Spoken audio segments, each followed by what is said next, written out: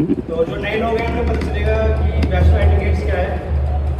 तो जैसे हम देख सकते हैं वैष्णव सदाचार, एक वैष्णव को सदाचार सिखाने के लिए कि उसको क्या है करना चाहिए उसको। तो अभी जैसे होता है कि हम लोगों के एटिकेट्स होते हैं, जनरल एटिकेट्स होते हैं। जैसे हम किसी जॉब पे रहते हैं तो हमारे वहाँ पे एटिकेट्स रहते हैं, जनरल एटिकेट्स। तो जैसे हम यहाँ स्कॉन में आए हैं, वैष्णव के बीच में आए हैं, तो यहाँ पे हमारे एटिकेट्स हैं कि हमें कैसे बिहेव करना चाहिए, क्या डीलिंग होनी चाहिए हमारी। और होप है आप सब लोग ध्यान से समझेंगे और इसको अपनी ज़िंदगी में उतार पाएंगे और एक अच्छे वैष्णव बन पाएंगे। हरे कृष्ण। हरे कृष्णा।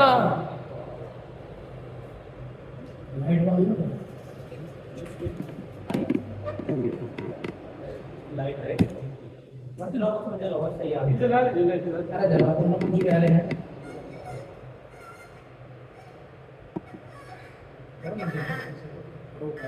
ये वो देखिएगा ना माइक के साथ क्या कर रहे हैं।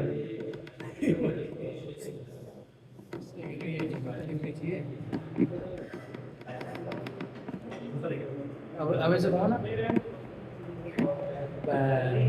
एक बार फिर से उठाओ, फिर से उठाओ, इसको थोड़ा नीचे कर लो, थोड़ा नीचे।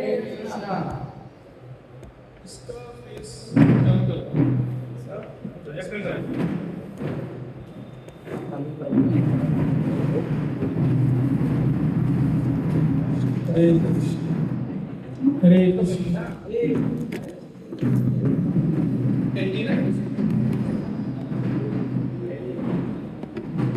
हरे कृष्ण। हरे कृष्णा। ओम अज्ञानतिमिरान्धस्य ज्ञानञ्जनशलाकया चक्षुरुन्मिलितं येन तस्मै श्रीगुरवे नमः। श्रीचैतन्यमनोभीष्टं स्थापितं येन भूतले स्वरूपकदा मह्यं ददाति स्वपदान्तिकम्। वन्देऽहं श्रीगुरुं श्रीयुतापदकमलं श्रीगुरुं वैष्णवांश्च श्रीरूपं सागरजातं सहगणरघुनाथान्वितं तं सजीवम् साद्वैतं सावधूतं परिजनसहितं कृष्णचैतन्यदेवं श्रीराधाकृष्णपादां सहगणललिता च विशाखान्वितं। हे कृष्ण करुणा सिन्धु दीनबन्धु जगत्पते गोपेश गोपिकान्त राधाकान्त नमोस्तुते। तप्त काञ्चन गौराङ्गी राधे वृन्दावनेश्वरी वृषभानुसुरे देवी प्रणमामि हरिप्रिये। वाञ्छकल्पतरुभ्यश्च कृपा सिन्धुभ्यैव च पतितानां पावनेभ्यो वैष्णवेभ्यो नमो नमः। जय श्री कृष्ण चैतन्य प्रभु नित्यानंद श्री अद्वैत गदाधर श्रीवासादि गौर भक्त वृंदा। हरे कृष्णा कृष्णा कृष्णा हरे हरे, हरे राम राम राम हरे हरे। नमः विष्णुपदाय कृष्ण प्रेष्ठाय भूतले श्रीमते भक्ति वेदांत स्वामिने नामिने। नमस्ते सरस्वती देवी गौरवाणी प्रचारिणे निर्विशेष शून्यवादी पाश्चात्य देशतारिणे। मूकं करोति वाचालं पङ्गुं लङ्घयते गिरिं यत्कृपातमहं वन्दे श्रीगुरुदीनतारणं। श्रीचैतन्य ईश्वर परमानंद माधव। हरे कृष्ण। तो आप सभी ने बहुत उत्साहपूर्वक कीर्तन किया। उत्साह दो तरीके का होता है। एक उत्साह हमें तब आता है जब हम बहुत अच्छी साधना कर रहे होते हैं और बहुत अच्छी सेवा कर रहे होते हैं, और दूसरा उत्साह तब आता है जब हम साधना नहीं कर रहे होते।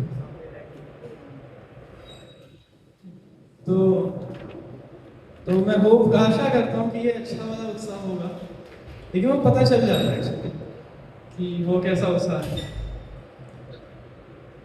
सॉरी।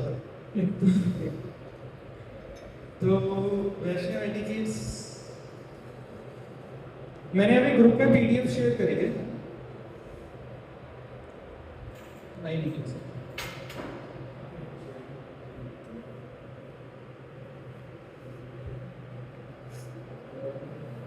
आपको इसके दो एडिशन मिलेंगे अगर आप बीबीटी में भी जाएंगे तो।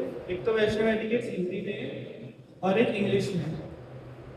इंग्लिश वाली जो है वो थोड़ी कंसाइज है, वो छोटी है, उसमें कुछ चीजें ना काट रखी है, तो इसलिए हम हिंदी से पढ़ेंगे। तो हो सकता है कुछ लोगों को थोड़ी दिक्कत हो इसको पढ़ने में हिंदी में, शायद कोई कंफर्टेबल ना हो, बस देनी पड़ेगी। आप अभी ओपन कर सकते हैं साथ साथ। ऐसा मैं स्क्रीन पे चला रहा हूँ।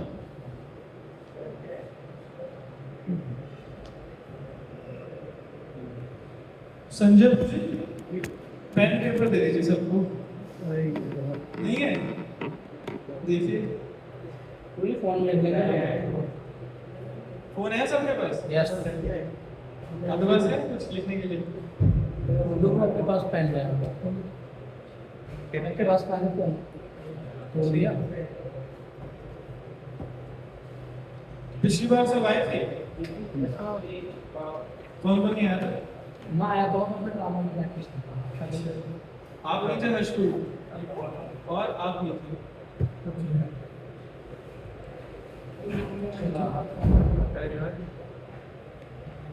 आ रहे अभी पेन पेपर आ रहे हैं। मुझे फोन में लिखता है पेन पेपर पे लिखना ज़्यादा अच्छा है, वो याद रहेगा। एक्चुअली हैंड से हम लिखते हैं ना, टाइपिंग से ज़्यादा मेमोरी जनरेट करता है जब हम हाथ से लिखते हैं।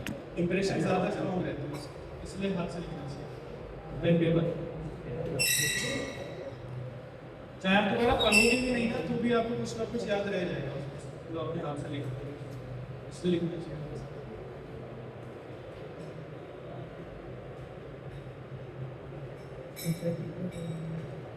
ये बोलने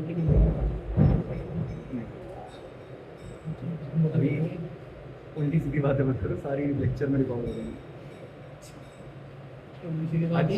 अच्छा लगेगा सुनने में आएगा कि प्रभु आपका फोन वारंटी है या नहीं। लेक्चर के तो तुम्हारे सुनने में लगता है। जब तक हम पढ़ना स्टार्ट करते हैं ऐसे कोई पढ़ेगा कहाँ से पूरी आगे वैष्णव सदाचार का महत्व।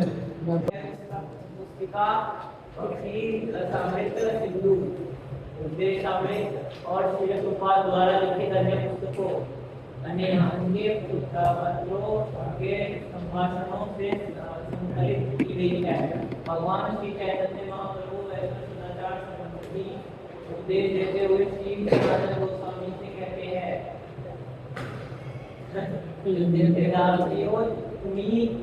हट जगत पावन तोमास पुरुष पवित्र है देव मुनिगण तथापि भक्त स्वभाव मर्यादा रक्षण मर्यादा पालन है साधु भूषण। हे सनातन, यद्यपि तुम संपूर्ण ब्रह्मांड का उद्धार कर सकते हो और देवतागण भी तुम्हारे स्पर्श से शुद्ध हो जाते हैं, फिर भी वैष्णव आचार का पालन एवं उसका रक्षण करना यह भक्त का एक स्वभाव है। वैष्णव आचार का पालन करना यह भक्त का सच्चा आभूषण है। इसे क्या समझते हैं पहले श्लोक से? बताओ। वैष्णव सदाचार का पालन करना वैष्णव के लिए एक आभूषण है। ये बहुत जरूरी है। मर्यादा में रहना चाहिए। तो ये जो श्लोक है इसमें चैतन्य महाप्रभु पता है सबको कौन है? यस चैतन्य महाप्रभु स्वयं भगवान है। मतलब ये वाक्य किसने कहा है? ये वाक्य स्वयं भगवान ने किसको कहा है? सनातन गोस्वामी। सनातन गोस्वामी कौन थे?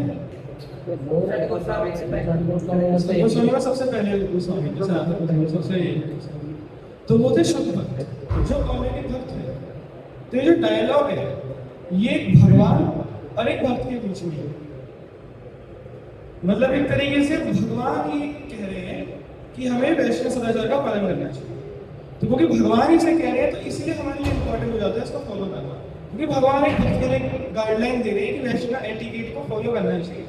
मतलब ये स्टार्टिंग इसलिए प्रभुपाद यहाँ से कर रहे हैं कि क्यों फॉलो करना चाहिए सबसे पहले। जैसे कि मैंने शायद लास्ट टाइम जब मैंने क्लास ली थी तो उसमें मैंने बताया भी था कि तिलक क्यों लगाना चाहिए, तो उसमें मैंने एग्जाम्पल दिया था, वो याद ही होगा इसलिए आपको याद है? बताएंगे आप? जैसे भगवान को पसंद करने के लिए हम तिलक लगाते हैं एंड धोती कुर्ता पहनते हैं। आपने एग्जाम्पल में जैसे बताया था कि फॉर एग्जाम्पल एक सोल्जर ड्यूटी से आया कुछ 3-4 महीनों बाद, तो जो वाइफ है वो अच्छे से कपड़े पहनेगी, ढंग से मेकअप करेगी ताकि हस्बैंड को अच्छा लगे और बढ़िया लगे।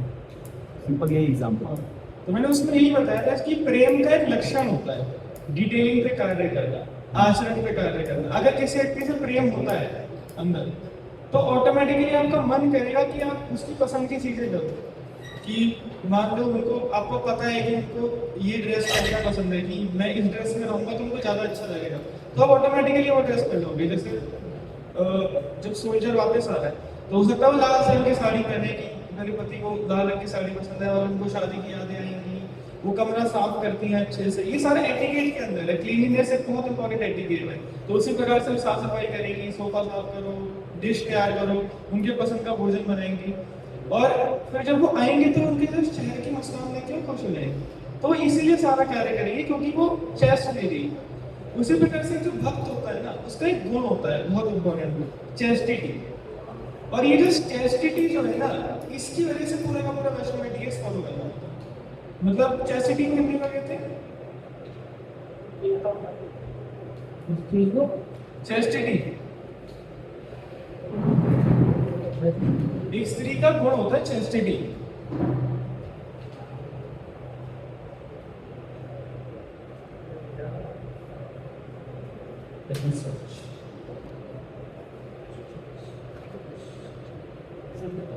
शुद्धता शुद्धता करेक्ट वर्ड नहीं होगा उसका। इस पैटर्न को ना कहाँ है? चेस्टिटी का मतलब एक स्त्री की हेल्प से है पतिव्रतता, कि वो पति के प्रति कितना सरेंडर्ड, कितना डेडिकेटेड है, उसको चेस्टिटी बोलते हैं। एक स्त्री की अंदर सबसे बड़ा गुण ये देखा जाता है। उसी प्रकार से जो भक्त का गुण होता है, भक्त का सबसे बड़ा गुण होता है कि वो चेस्ट होता है, एक ही ऑब्जेक्ट उनका एक ही होता है, कृष्ण है बस।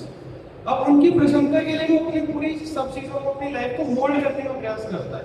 और वो जो मोल्ड है वो पूरा है वैष्णव एटिकेट्स, कि कैसा चाहेंगे कि मैं भगवान किस तरीके से बिहेव करूं, जब मैं चलूं तो किस तरीके से चलूं, जब मैं मंदिर में एंटर करूं तो किस तरीके से करूं, मंदिर में मैं क्या करूं या क्या ना करूं जो भगवान को पसंद है वो करूं, जिससे भगवान ऑफेंड हो जाएंगे या भक्त ऑफेंड हो जाएंगे वो ना करूं, सेमिनार हॉल में कैसे बिहेव करूं, क्लास के टाइम पे कैसे बैठूं, अंदर ऑफिस में सीनियर भक्त बैठे हुए हैं तो उनके साथ में कैसे डीलिंग करूं, किस तरीके से रहूं। ये सारा पार्ट आ जाता है वैष्णव एटिकेट्स के अंदर। क्योंकि ये करना क्यों है? क्योंकि भगवान ये चाहते हैं कि मैं ऐसा पालन करूं, क्योंकि इससे भगवान खुश होंगे। मेरे ऐसे आचरण करने से भगवान को अच्छा रहेगा और भक्तों को अच्छा रहेगा, इसलिए मैं करूँगा। तो ये इंपॉर्टेंस है वैष्णव एटिकेट्स की। तो आज हम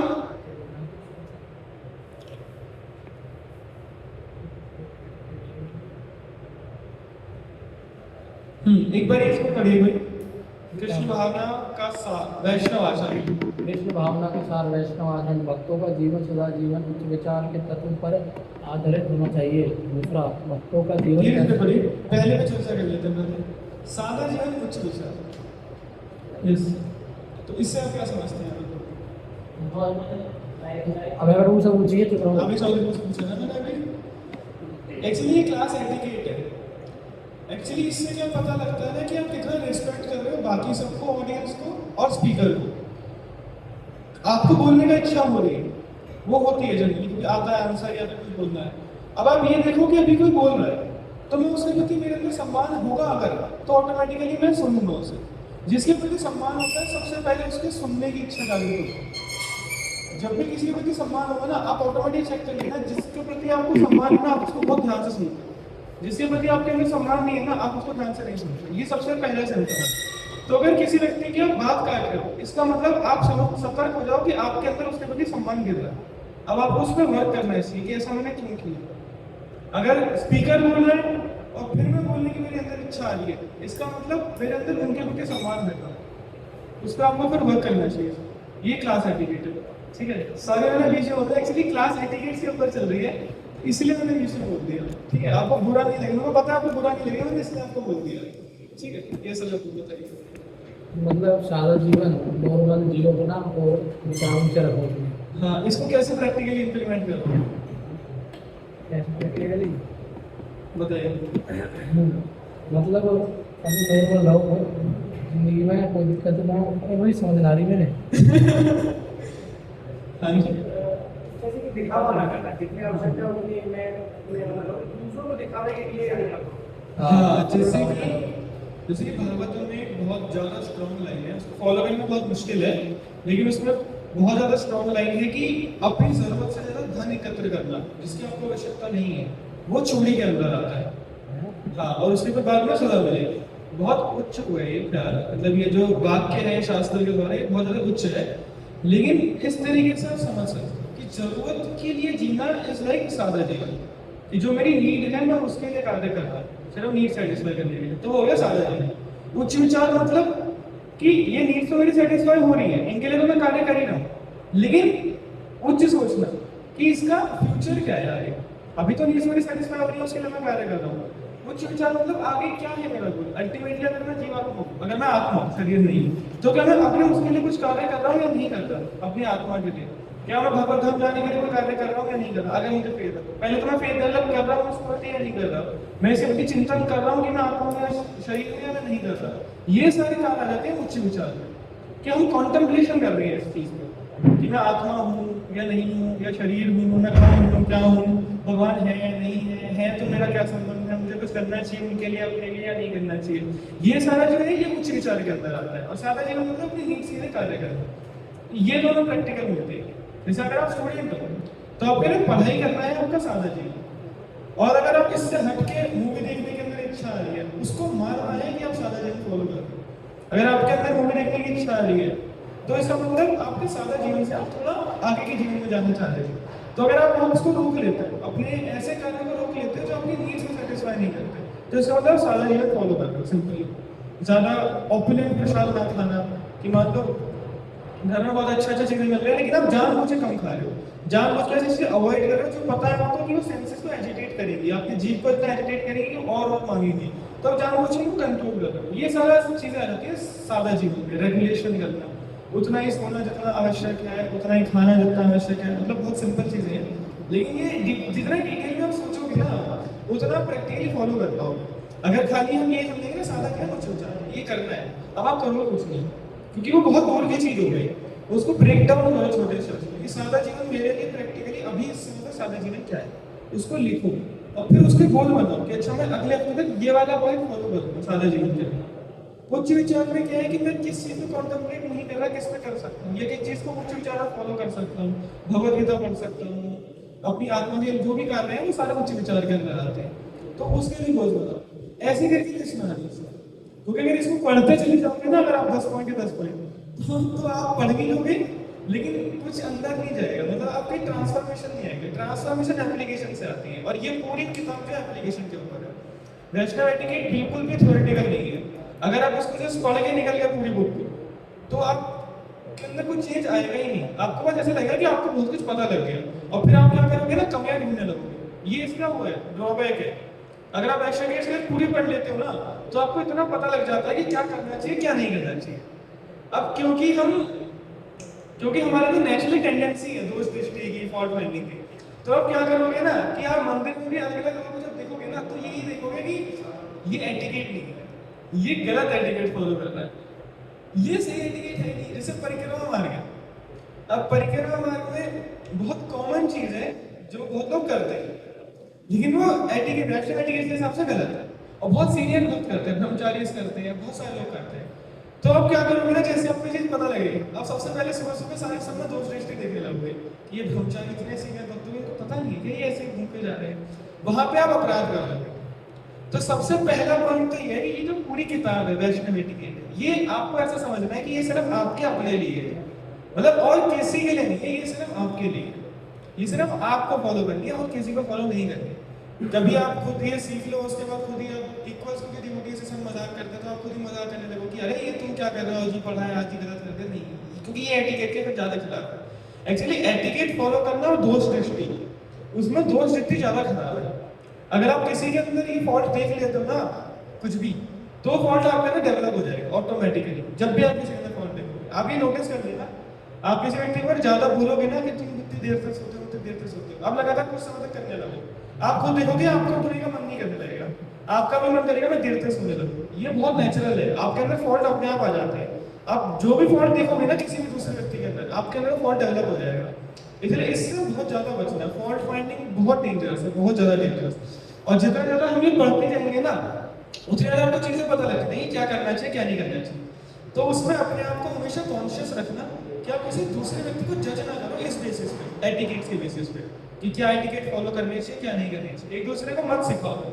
अगर किसी के लिए दिख रहा है तो उसकी अथॉरिटी फैसिलिटेटर को बोल सकते हो कि ब्रो जी ऐसे इंप्रूवमेंट की जा सकती है, इस एटिकेट में इन डिवोटी के अंदर ये मेरे को दिख रहा है, तो आप इसमें देख सकते हैं और फिर भूल जाओ कि आपने देखा है। सबसे सेफ ये है, क्योंकि अगर आपके अंदर ये रह गया तो चिंतन फिर आपको कृष्ण चिंतन से दोष चिंतन चलने लगेगा और फिर उल्टा होगा, एटिकेट्स आपके फॉलो नहीं करोगे, दूसरों के अंदर भी दोष देखोगे और आप खुद ही एक तरीके से गिरते चले जाओगे।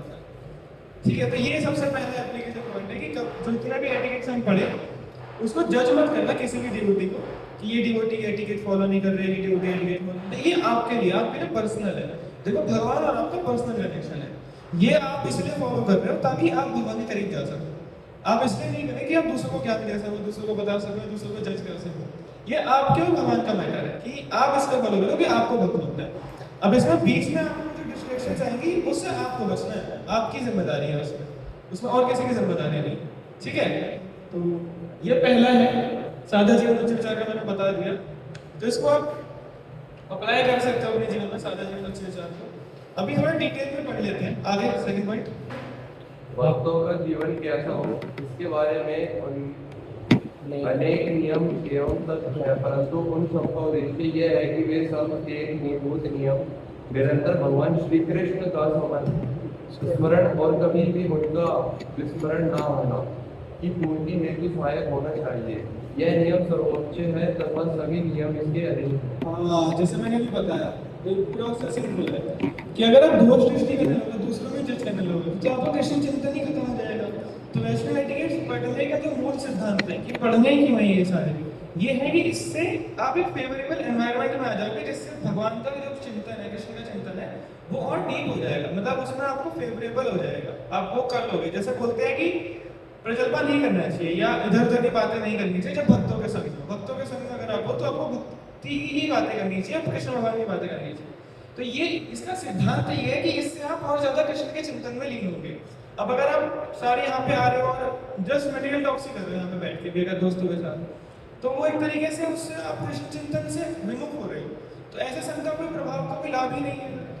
तो इसलिए सबसे प्रमुख सिद्धांत है कि ये सबको फॉलो करना है। फॉलो करने से आपको एनालाइज करना है कि इससे आपको कृष्ण चिंतन बढ़ रहा है या कम हो रहा है।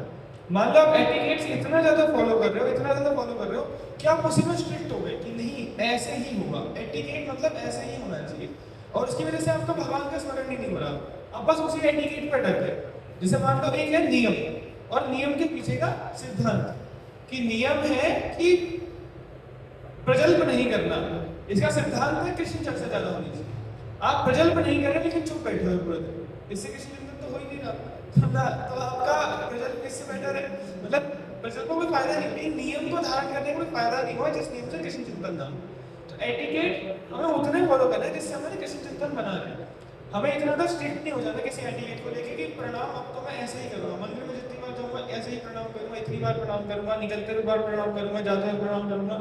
अब हो सकता है इससे आप इतना ज़्यादा टायर्ड हो जाओ, थक जाओ, किसी का कोई ब्रह्मचारी है 10 बार उनका टेम्पल के अंदर आना जाना है दिन में, अब अगर वो इस एटिकेट को इतना नियम स्ट्रिक्ट होके करें तो उनकी हेल्थ खराब हो सकती है, और फिर हो सकता है 2-3 दिन वो आ ही ना पाए, तो कृष्ण चिंतन ही खराब हो जाएगा, भगवान का स्मरण नहीं कर पाएंगे।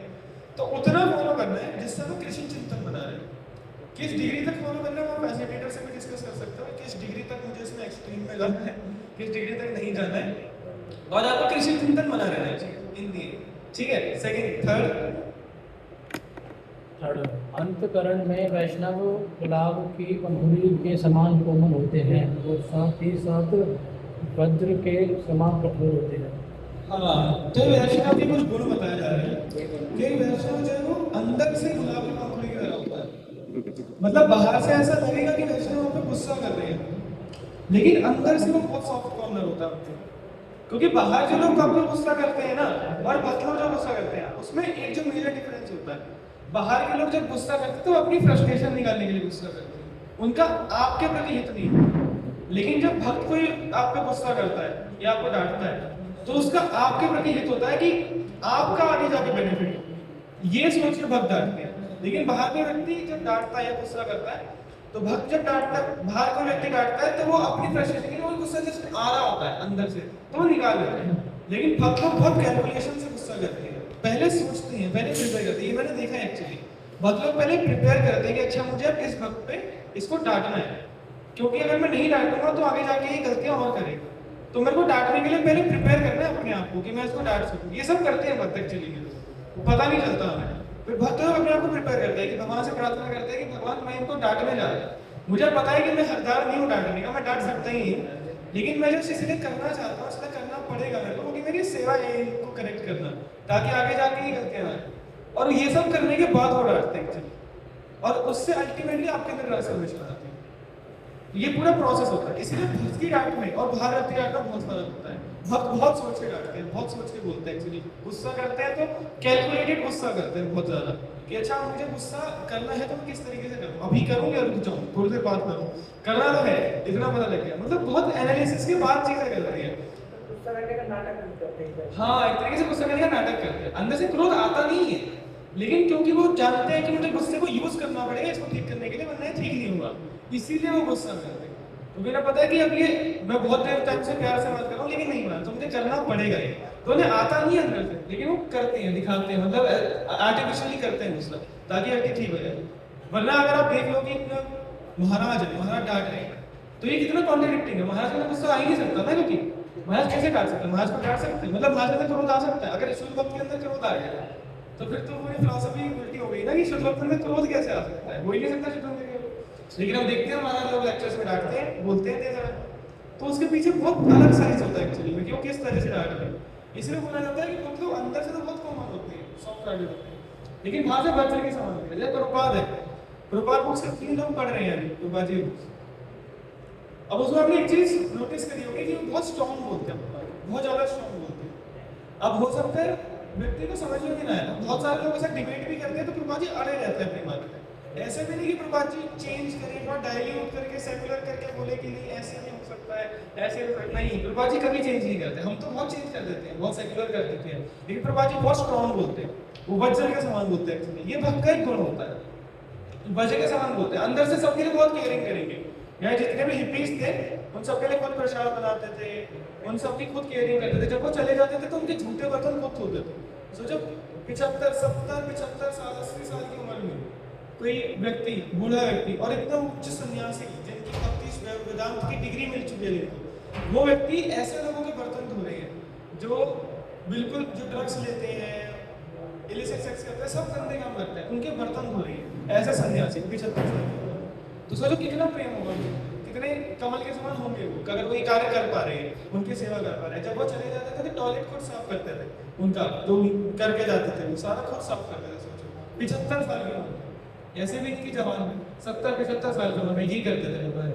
कोई व्यक्ति ऐसा कर सकता है? और जब बोलते थे तो बहुत कड़ा बोलते थे, तो दोनों आपस में मैच करते तो पता लगेगा कि प्रभुपाद अंदर से बहुत केयरिंग थे, बहुत ज्यादा कोमल के समान, कमल के समान थे, लेकिन बाहर से कठोर थे, वज्र के समान, सिद्धांत को स्थापित करने के लिए।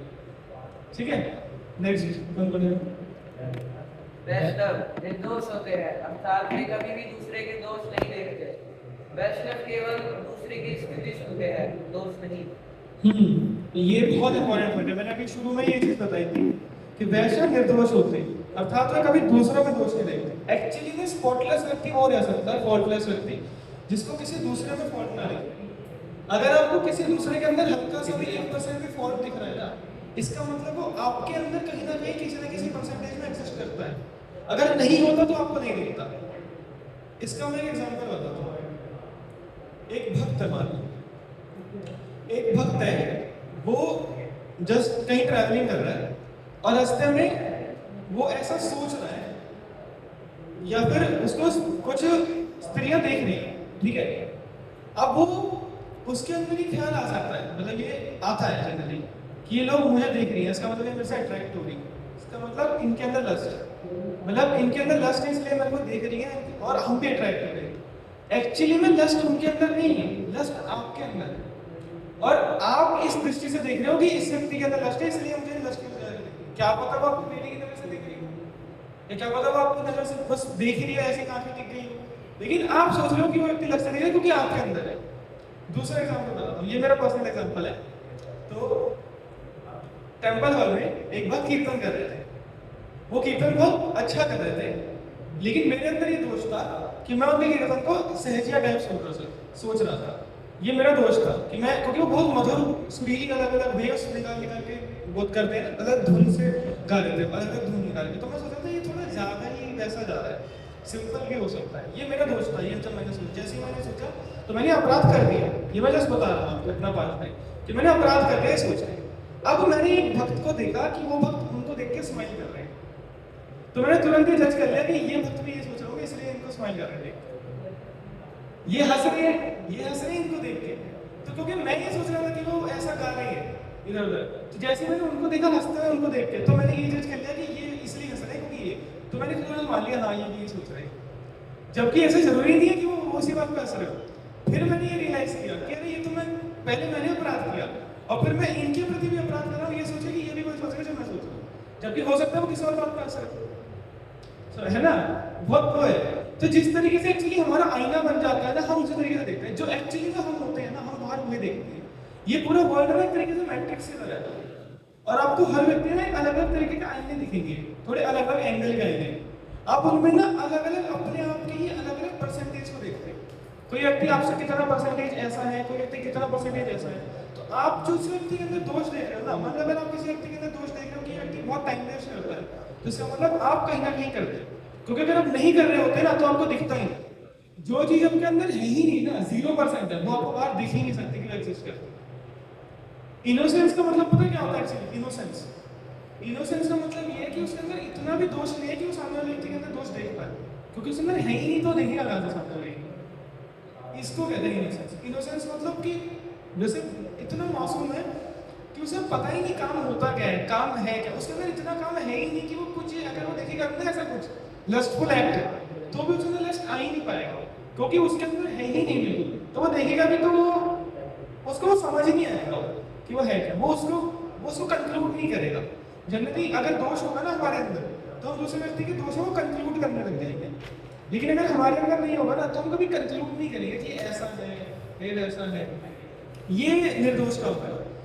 तो हमेशा सतर्क रहो, किसी व्यक्ति के अंदर आप कुछ भी छोटे से छोटा भी दोष देख रहे हो ना, तो सबसे पहले जैसे ही दिखा वैसे ही एनकाउंटर करो कि अच्छा ये मेरे अंदर किस परसेंटेज है। अब फाइंडिंग मोड में चले जाओ कि अच्छा मैंने कुछ गलती करी, क्या मैं ऐसा कर रहा हूँ अपने जीवन में, कर रहा हूँ तो फिर उसको वर्क करो आप खुद। जब आप ये करोगे ना, आप देखोगे कि आपके साथ वाले जो है उनके भी ये दोष दूर हो गए, जैसे जैसे आपके दोष हो, क्योंकि मैट्रिक्स है ना, मैं बता रहा हूँ बहुत ज्यादा चीजें रिलेटेबल है। इसको अगर आप करोगे, हरे कृष्णा, फिर यहाँ पे आप अंदर बात कर सकते हैं, आपको बात करके जहाँ पे डिस्टर्बेंस हो रहा है। तो आप जितने भी चीजें देख रहे हो ना, वो सब एक तरीके से रिफ्लेक्शन है आपका। तो अगर आप अपने ऊपर इतना वर्क कर लेते हो ना, इतना वर्क कर लेते हो, अपने दोस्तों को मिल लेते हो, आपको दिखने लगेगा कि बाकी सब लोग चेंज हो रहे हैं ऑटोमेटिकली, वो सब होने लगेगा ऑटोमेटिकली, अगर आप अपने ऊपर ट्रूली वर्क कर रहे हो तो इसीलिए निर्दोष होना जरूरी है। नेक्स्ट पॉइंट, सदाचार सत्य आचरण के बिना कोई भी सफल नहीं हो सकता। हाँ, सदाचार के बिना कोई भी सफल नहीं हो सकता। इससे हम क्या समझते हैं? कोई और बताओ।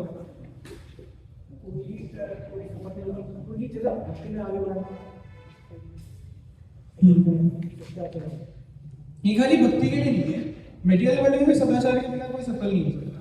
सोचो, एग्जांपल सोचो कुछ अभी के टाइम्स में, सोच लो सफलताएं कितनी हो रही है। कुछ ऐसा जो जिससे बाहर कुछ और अंदर कुछ और चल रहा है, डुप्लिसिटी,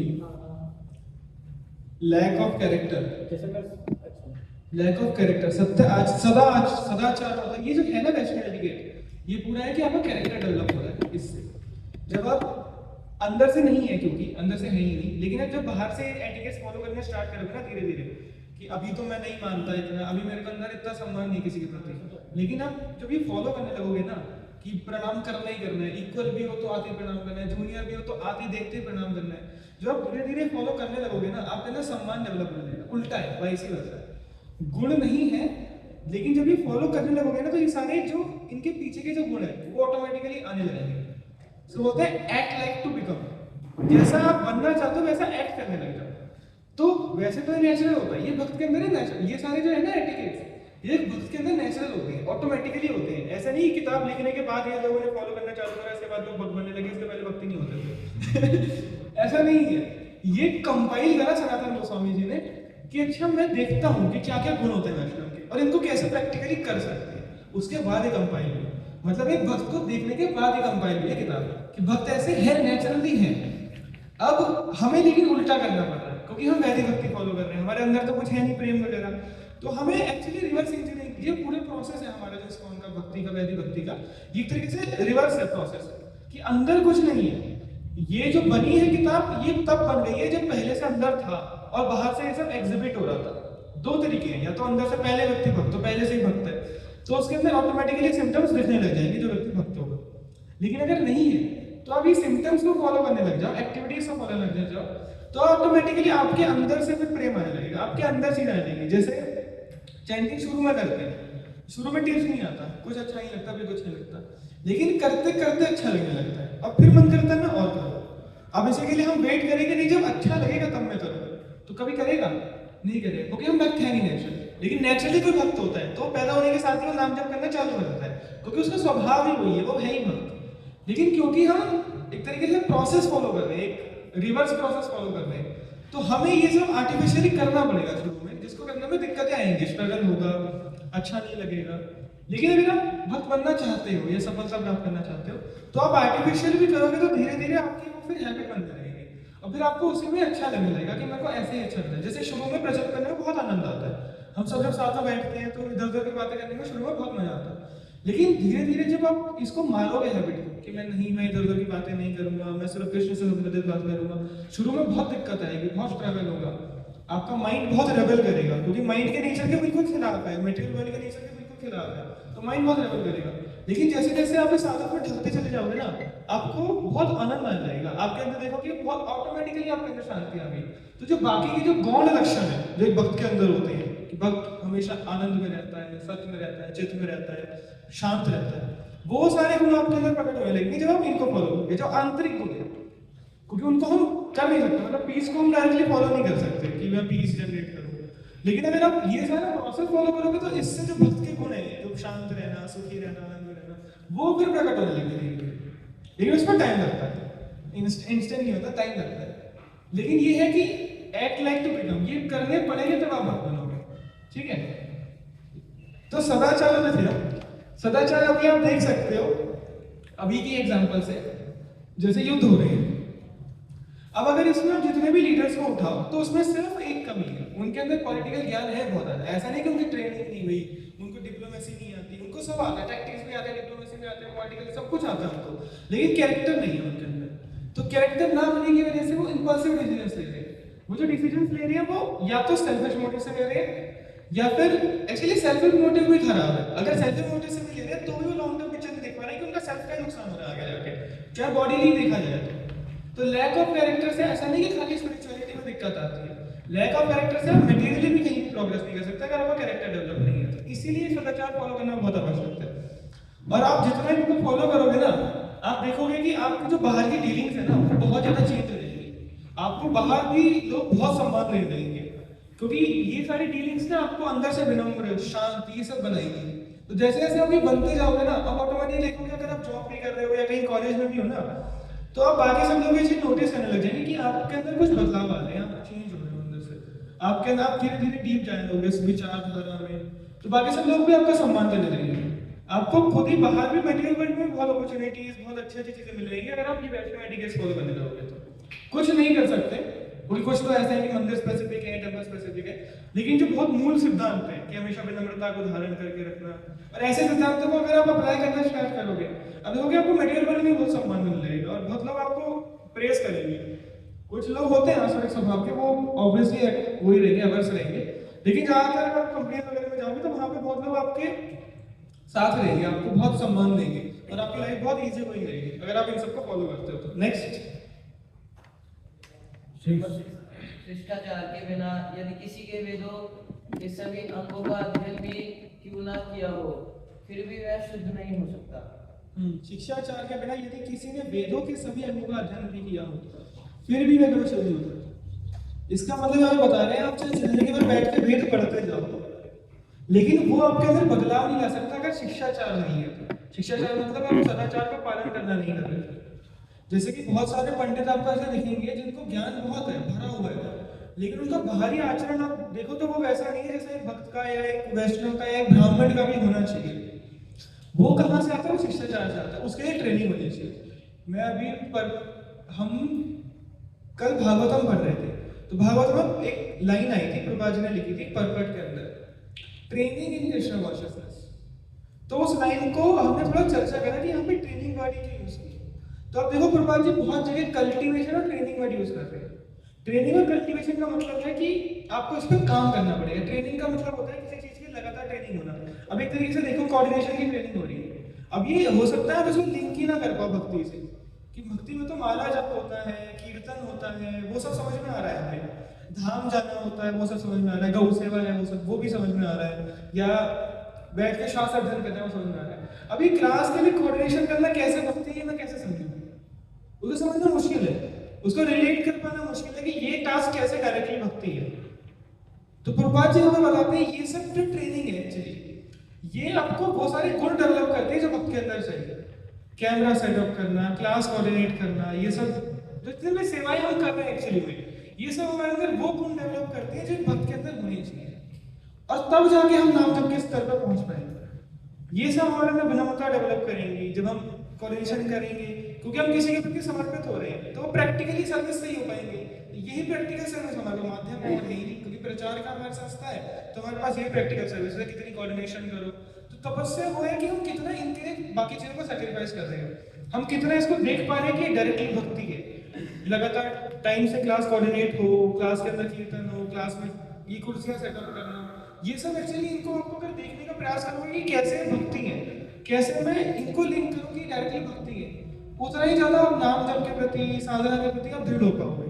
अगर आप डायरेक्टली करोगे साधना और इन सब का पालन नहीं करोगे, एटिकेट्स का या फिर क्लास कोऑर्डिनेशन जो हो रहा है, अगर आप ऐसी सर्विसेज का पालन नहीं करोगे तो आपके अंदर वो गुण डेवलप नहीं हो पाएंगे जो भक्त के अंदर होनी चाहिए। खाली उससे प्रोसेस से हो जाएंगे लेकिन बहुत लंबा समय लगेगा। ऐसा तो है क्योंकि नाम में सब ऑलरेडी है, लेकिन उस नाम को उस पोटेंसी के साथ जप करने के लिए ये सब आवश्यक है। मतलब उस पोटेंसी के साथ नाम जप करने के लिए ये सेवाएं और ये आचरण, ये पूरा वैष्णव एटिकेट इसलिए फॉलो करना है ताकि आपके अंदर वो गुण या वो फेवरेबल एक माइंडसेट क्रिएट हो पाए, जिसके बाद आप जब नाम जप करने बैठो तो नाम आप पूरा उससे डिराइव कर पाओ, पूरी पोटेंसी जो है नाम की आप डिराइव कर पाओ। वो तब कर पाओगे जब आप इन वैष्णव एटिकेट्स को पूरा फॉलो कर रहे होंगे। जब आप एटिकेट्स फॉलो कर रहे हो, क्लास कोऑर्डिनेशन या जो भी आपकी सेवा है, प्रॉपर आपको कोई सेवा मिली हुई है, जितना आप दृढ़तापूर्वक उसको फॉलो कर रहे हो, जितनी चीजें आप उसके लिए सैक्रिफाइस कर रहे हो बाहर की उसको फॉलो करने के लिए, उससे आपका नाम जपना ऑटोमेटिकली आपके अंदर खुद रीच आएगी, आपको खुद इंटरेस्ट बढ़ेगा, आपको खुद मजा आने लगेगा, आपको भगवान से ना कनेक्शन फील होने लगेगा। जितना ज्यादा आप ये सब फॉलो करोगे, जितना भी आप एटिकेट्स फॉलो करोगे, क्योंकि आप बार बार किसी व्यक्ति के लिए कर रहे हो ना ये सब। मैं धोती कुर्ता पहन के आ रहा हूँ, स्ट्रगल है ना धोती कुर्ता पहनने में, तो वो जब आप करोगे ना हर बारी तो आपको फील होगा कि अच्छा मैं किसी से संबंधित हूँ, तो आप बार बार कृष्णा कॉन्शियस बनते चले जाओगे। और फिर जब आप बैठ के नाम जप करोगे ना, क्योंकि आप इतना कृष्णा कॉन्शियस हो चुके हो, तो नाम जप में बहुत आनंद आएगा, आपको बहुत रुचि आएगी आपको नाम जप करते समय, इन सबको फॉलो करने के साथ साथ बाद में। ठीक है, नेक्स्ट है शिष्टाचार का पालन ये हो गया था। अच्छा शिष्टाचार का पालन न करने वाला यदि सभी शास्त्रों में पारंगत वैष्णव बनता है तो भी मृत्यु के समय उसका समस्त ज्ञान नष्ट हो जाता है। शिष्टाचार का पालन न करने वाला यदि सभी शास्त्रों के पारंगत वैष्णव बनता है तो भी मृत्यु के समय उसका समस्त ज्ञान नष्ट हो जाता है। ऐसे क्या समझते हैं इसमें? मतलब हाँ बताइए आप बताइए। हाँ बताइए।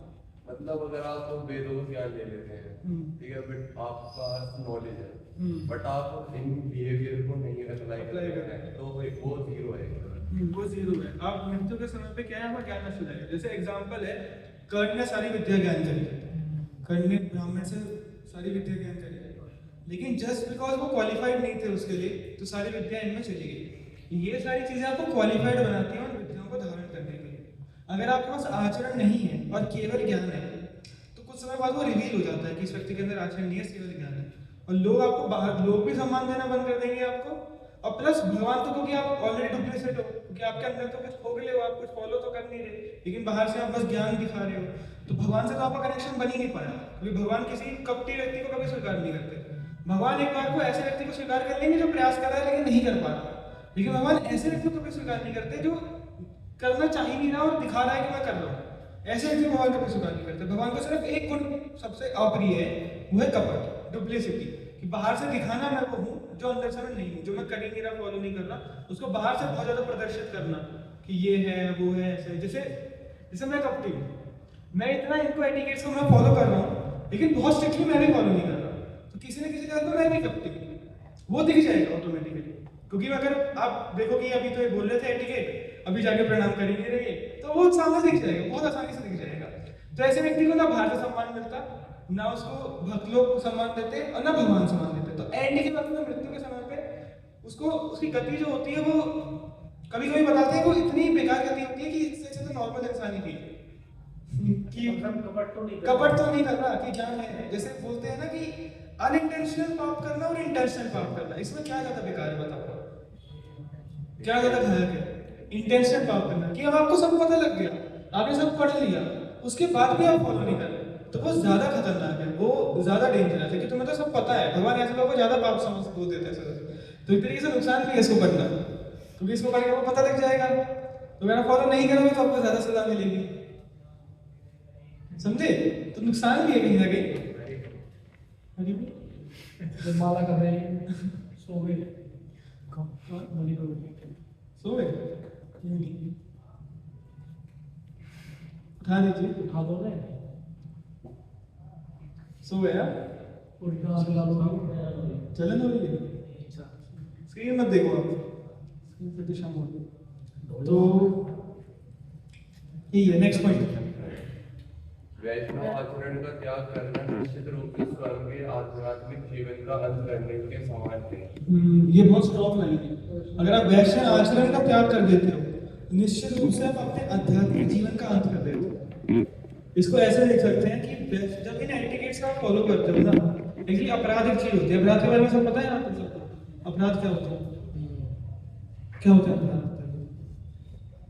अपराध के जैसे मतलब हम लोग वैष्णव एटिकेट्स का पालन नहीं करते हैं, जैसे ये होते हैं। अपराध का इंग्लिश वर्ड क्या होता है? ऑफेंस। ऑफेंस को ऐसी नॉर्मल भाषा में अगर आप एक्सप्लेन करो तो कैसे करोगे? लेमन टर्म, वैष्णव भूल जाओ, लेमन टर्म में ऑफेंस क्या होता है, अपराध क्या होता है? पाप अलग चीज है, अपराध अलग चीज है। इसके बारे में पता हो फिर भी हम वो कर रहे हैं, वो अलग डेफिनेशन है। देखो normal lemon term, crime is a type of offence. Yes, offence को और ब्रॉड करो और पीछे आओ। दूसरों को मानसिक या शारीरिक रूप से कष्ट पहुंचाने वाले कार्य। हाँ, बहुत अच्छी डेफिनेशन है। दूसरों को मानसिक, शारीरिक, आध्यात्मिक, इन तीनों तौर पर कष्ट पहुंचाना ऑफेंस के अंदर आता है। किसी व्यक्ति को अगर आपकी वजह से कष्ट पहुंचना है, मानसिक भी और शारीरिक भी और आध्यात्मिक भी, तो इसका मतलब ऑफेंस है। अब इसमें मानसिक में क्या आता है?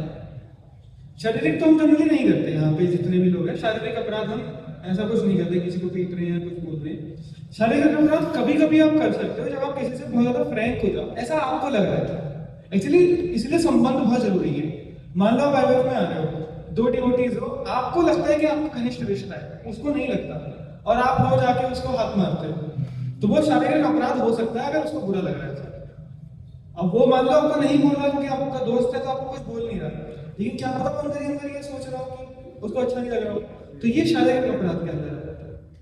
तो बेसिकली डिसरिस्पेक्ट होती है। ऑफेंस का एक और यहाँ पे हमें अगर उसमें देखें जनरली जो हम करते हैं तो वो आ गया डिसरिस्पेक्ट। बेसिकली डिसरिस्पेक्ट जो होती है वो ऑफेंस है हमारे लिए। शारीरिक तो हम जनरली नहीं करते, शारीरिक अगर आप करते हो तो उसमें बहुत ज्यादा खतरनाक होता है। उसको कोशिश करो कि आप उसको बंद कर दो, क्योंकि किसी से मान लो आप सीनियर के कंधे पे हाथ रख के चल रहे हो, तो सीनियर है आपका भी खिला है, आपने उसे कंधे पे हाथ रख दिया, तो वो शारीरिक ऑफेंस के अंदर आता है। बहुत ज्यादा कैजुअल डीलिंग होना, एक्चुअली भक्ति के अंदर ना भक्ति बहुत सेंसिटिव चीज है, बहुत ज्यादा सेंसिटिव चीज है।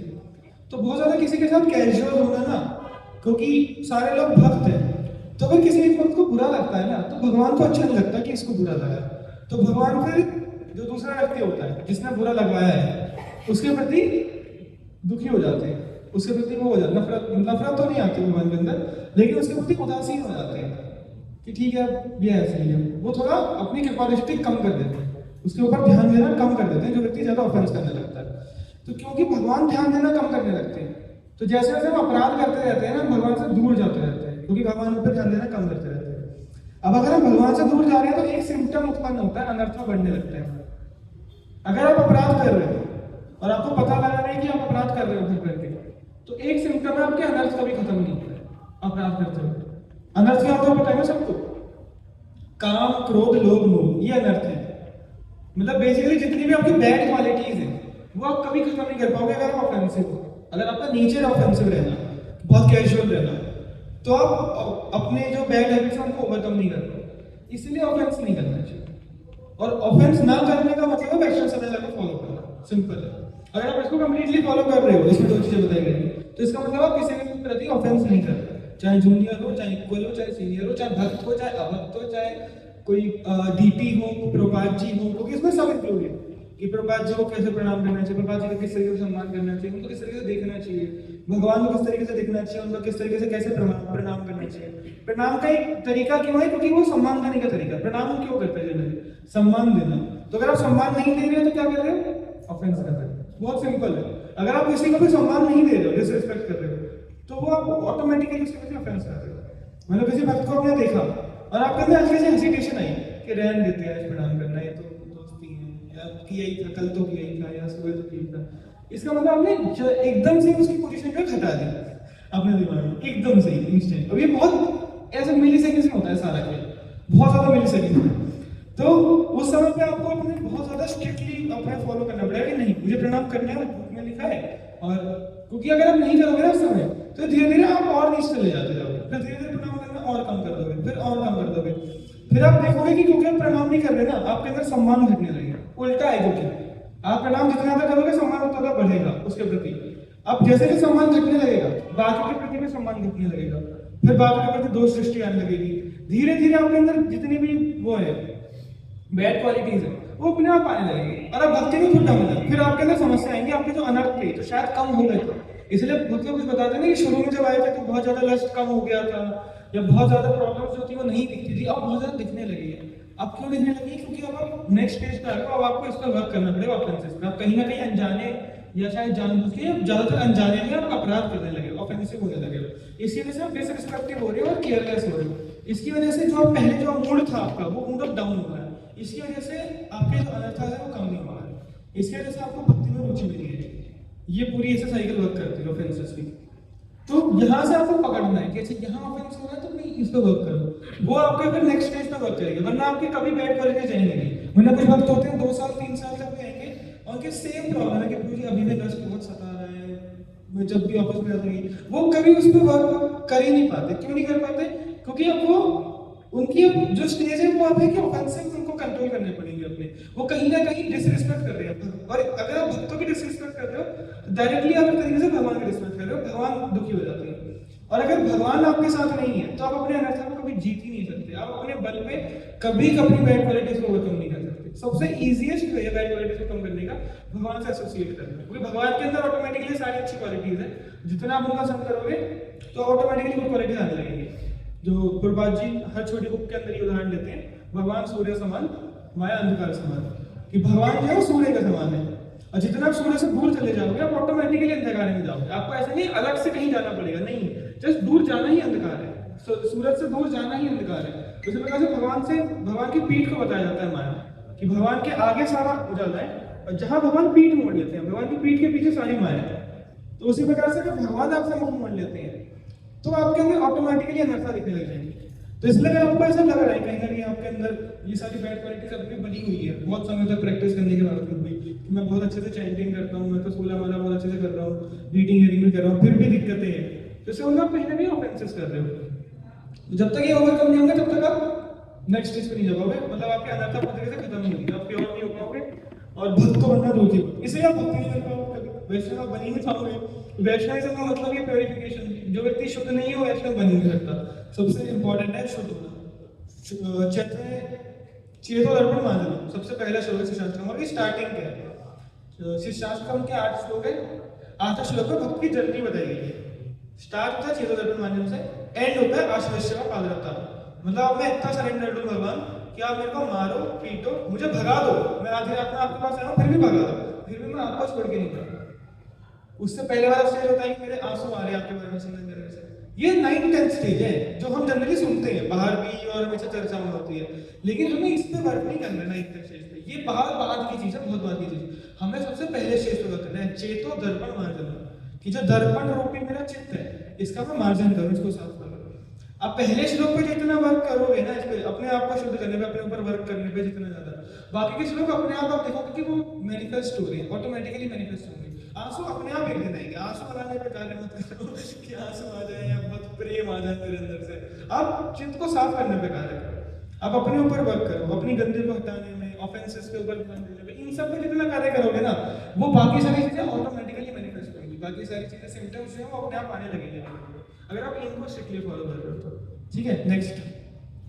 अच्छा आचरण यश ऐश्वर्य आयु आदि को बढ़ाता है, यह सभी क्या लिखा है, अमंगल का नाश करता है। तो अच्छा आचरण जो होता है वो यश ऐश्वर्य आयु इन सबको बढ़ाता है। आयु इस तरीके से देख सकते हो आप कि जो व्यक्ति बहुत शांत रहता है ना, उसकी हार्ट बीट बहुत धीरे रहती है, उसकी जो ऑटोमेटिकली जो ब्रीदिंग है ना, ब्रीदिंग वो बहुत धीरे रहती है। और साइंस ऐसा कहती है कि हमारी क्योंकि सांस लिमिटेड है, भगवान भी कहते हैं सांस लिमिटेड है, तो आप एक्चुअली में जितना धीरे सांस लेते हो ना, जितना रिलैक्स रहते हो, उतना लंबा आप जीते हो, उतने अच्छे आपके ऑर्गन्स वर्क करते हैं। और जो एक अच्छा वैष्णव, जब आप इन सारे आचरण को फॉलो करोगे ना, तो आपको मेंटल एंजाइटी नहीं रहेगी। ये एक बहुत बड़ा पॉइंट है इसका। वैष्णव आचरण को फॉलो करने से आपके अंदर एंजाइटी खत्म होती है, मेंटल एंजाइटी, क्योंकि आप सब व्यक्ति को सम्मान दे रहे हो, तो आपको अपने सम्मान की इच्छा अपने आप ही नहीं आएगी।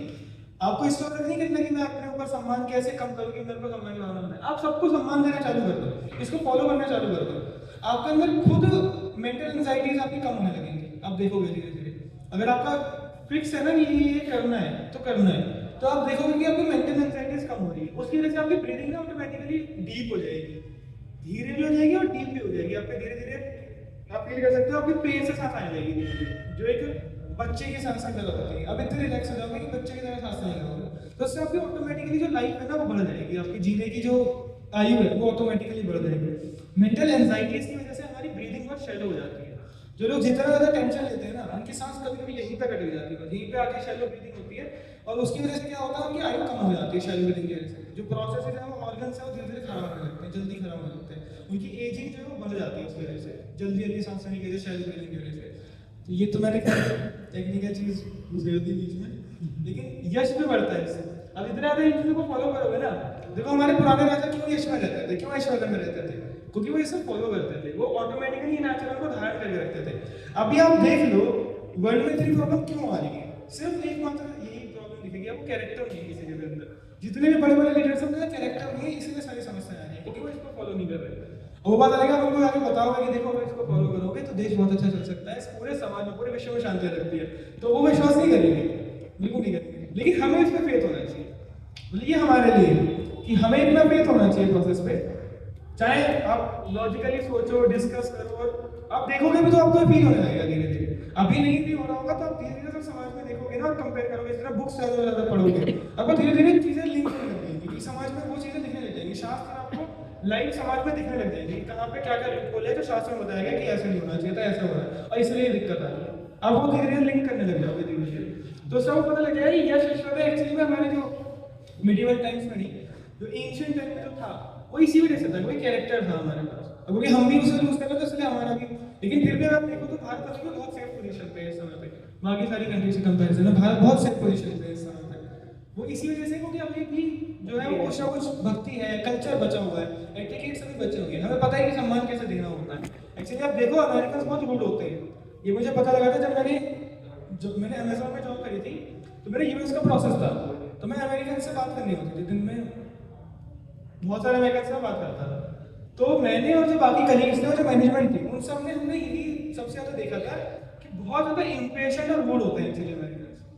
अगर आपकी छोटी सी भी मिस्टेक है तो वो आपको बहुत सुनाने लग जाएंगे, बहुत डांटने लग जाएंगे, और या तो दूसरे एक्सट्रीम में होते हैं, कुछ लोग बहुत ही अच्छे होते हैं, इतने अच्छे होते हैं कि मतलब बहुत ही आपको लगेगा कि कितने प्यारे लोग हैं, बहुत कम परसेंटेज में होते हैं, लेकिन दोनों एक्सट्रीम्स में रहते हैं जनरली अमेरिकन से होते हैं। और इसमें भी ये वाला एक्सट्रीम जो है रूड वाला, ये बहुत ज्यादा होता है, कैरेक्टर बहुत ज्यादा एक्चुअली बाकी कंट्री में बहुत खराब है, इंडिया में तो बहुत ज्यादा बचा हुआ है, इसलिए से देखा जाता है, इसलिए अभी भी उतनी प्रॉब्लम्स नहीं है जितनी बाहर है समाज में। ठीक है, लास्ट। शिल प्रभुपाद कहते हैं कि वैष्णव की क्या पहचान है, वह एक सभ्य व्यक्ति होता है। हाँ, तो बाहर से अगर कोई व्यक्ति देखे, मतलब ये बहुत इसको स्टेटमेंट को आप अपने उसमें धारण कर सकते हो, हृदय में धारण कर सकते हो।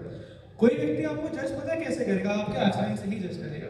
अगर आपको प्रचार भी करना है ना, तो एक मात्र आपका आचरण काफी है। वो तो हमारा आचरण इतना अच्छा होता नहीं, इसलिए हमें करनी पड़ती है उमंग रजिस्ट्रेशन और डेटा कलेक्शन।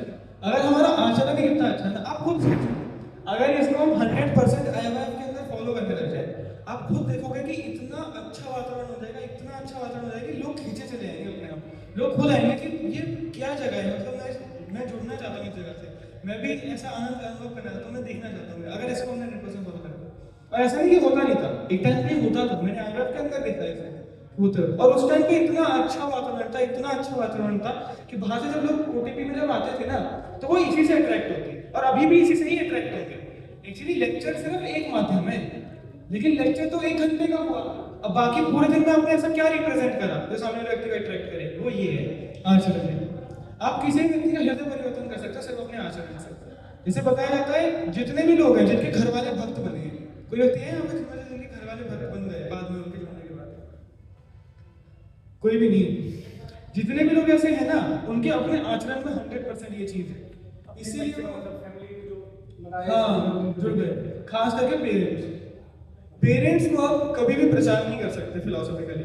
पेरेंट्स सिर्फ आपके आचरण को देखते हैं कि इसका आचरण क्या बना। अगर पेरेंट्स देख रहे हैं कि आप पहले भी मंदिर जाते थे और पहले भी सुबह 9 ही बजे उठते थे, 8 बजे उठते थे, और अभी भी उतने ही बजे उठ रहे हो, पहले भी जब वो आपसे बात करते थे तो आप उनसे रूडली बात करते थे या ऐसे ही जवाब दे देते थे, और अभी आप वैष्णव बन गए, इतना बड़ा टाइटल अब आपको मिलने लगा है IMF में जाने के बाद, लेकिन अभी भी आप उनसे डिसरिस्पेक्टफुली बात कर रहे हो, उनको सम्मान नहीं दे रहे हो, जबकि आपको पता है कि अभी तो वो बहुत उच्च स्टेज पे है ना। आप ऐसा तो है नहीं कि बहुत बड़े भक्त बन रहे हो, आप माला करने लगे तो मतलब आप बिल्कुल पार कर चुके हो उनको कि अब तो मैं सम्मान ही नहीं करूंगा माता पिता का क्योंकि वो भक्त है। नहीं, आपको एक वैष्णव जो है सबके प्रति सम्मान करता है, चींटी के प्रति भी उसका सम्मान होता है, तो माता पिता को उसको कितना सम्मान देना चाहिए? उसको देखना चाहिए कि इनकी वजह से ही तो भक्ति मिली है, इनकी वजह से मुझे देह मिला है। अगर ये बॉडी नहीं मिली होती तो मैं कैसे सम्मान करता किसी को? अगर ये बॉडी मिली ही नहीं होती तो मैं भक्ति कहाँ से करता, कहाँ माला करता? ये अपॉर्चुनिटी मिल पाई क्योंकि इन्होंने मुझे जन्म दिया, क्योंकि ऐसी जगह पे जन्म दिया, तो कितना सम्मान होना चाहिए उनके प्रति।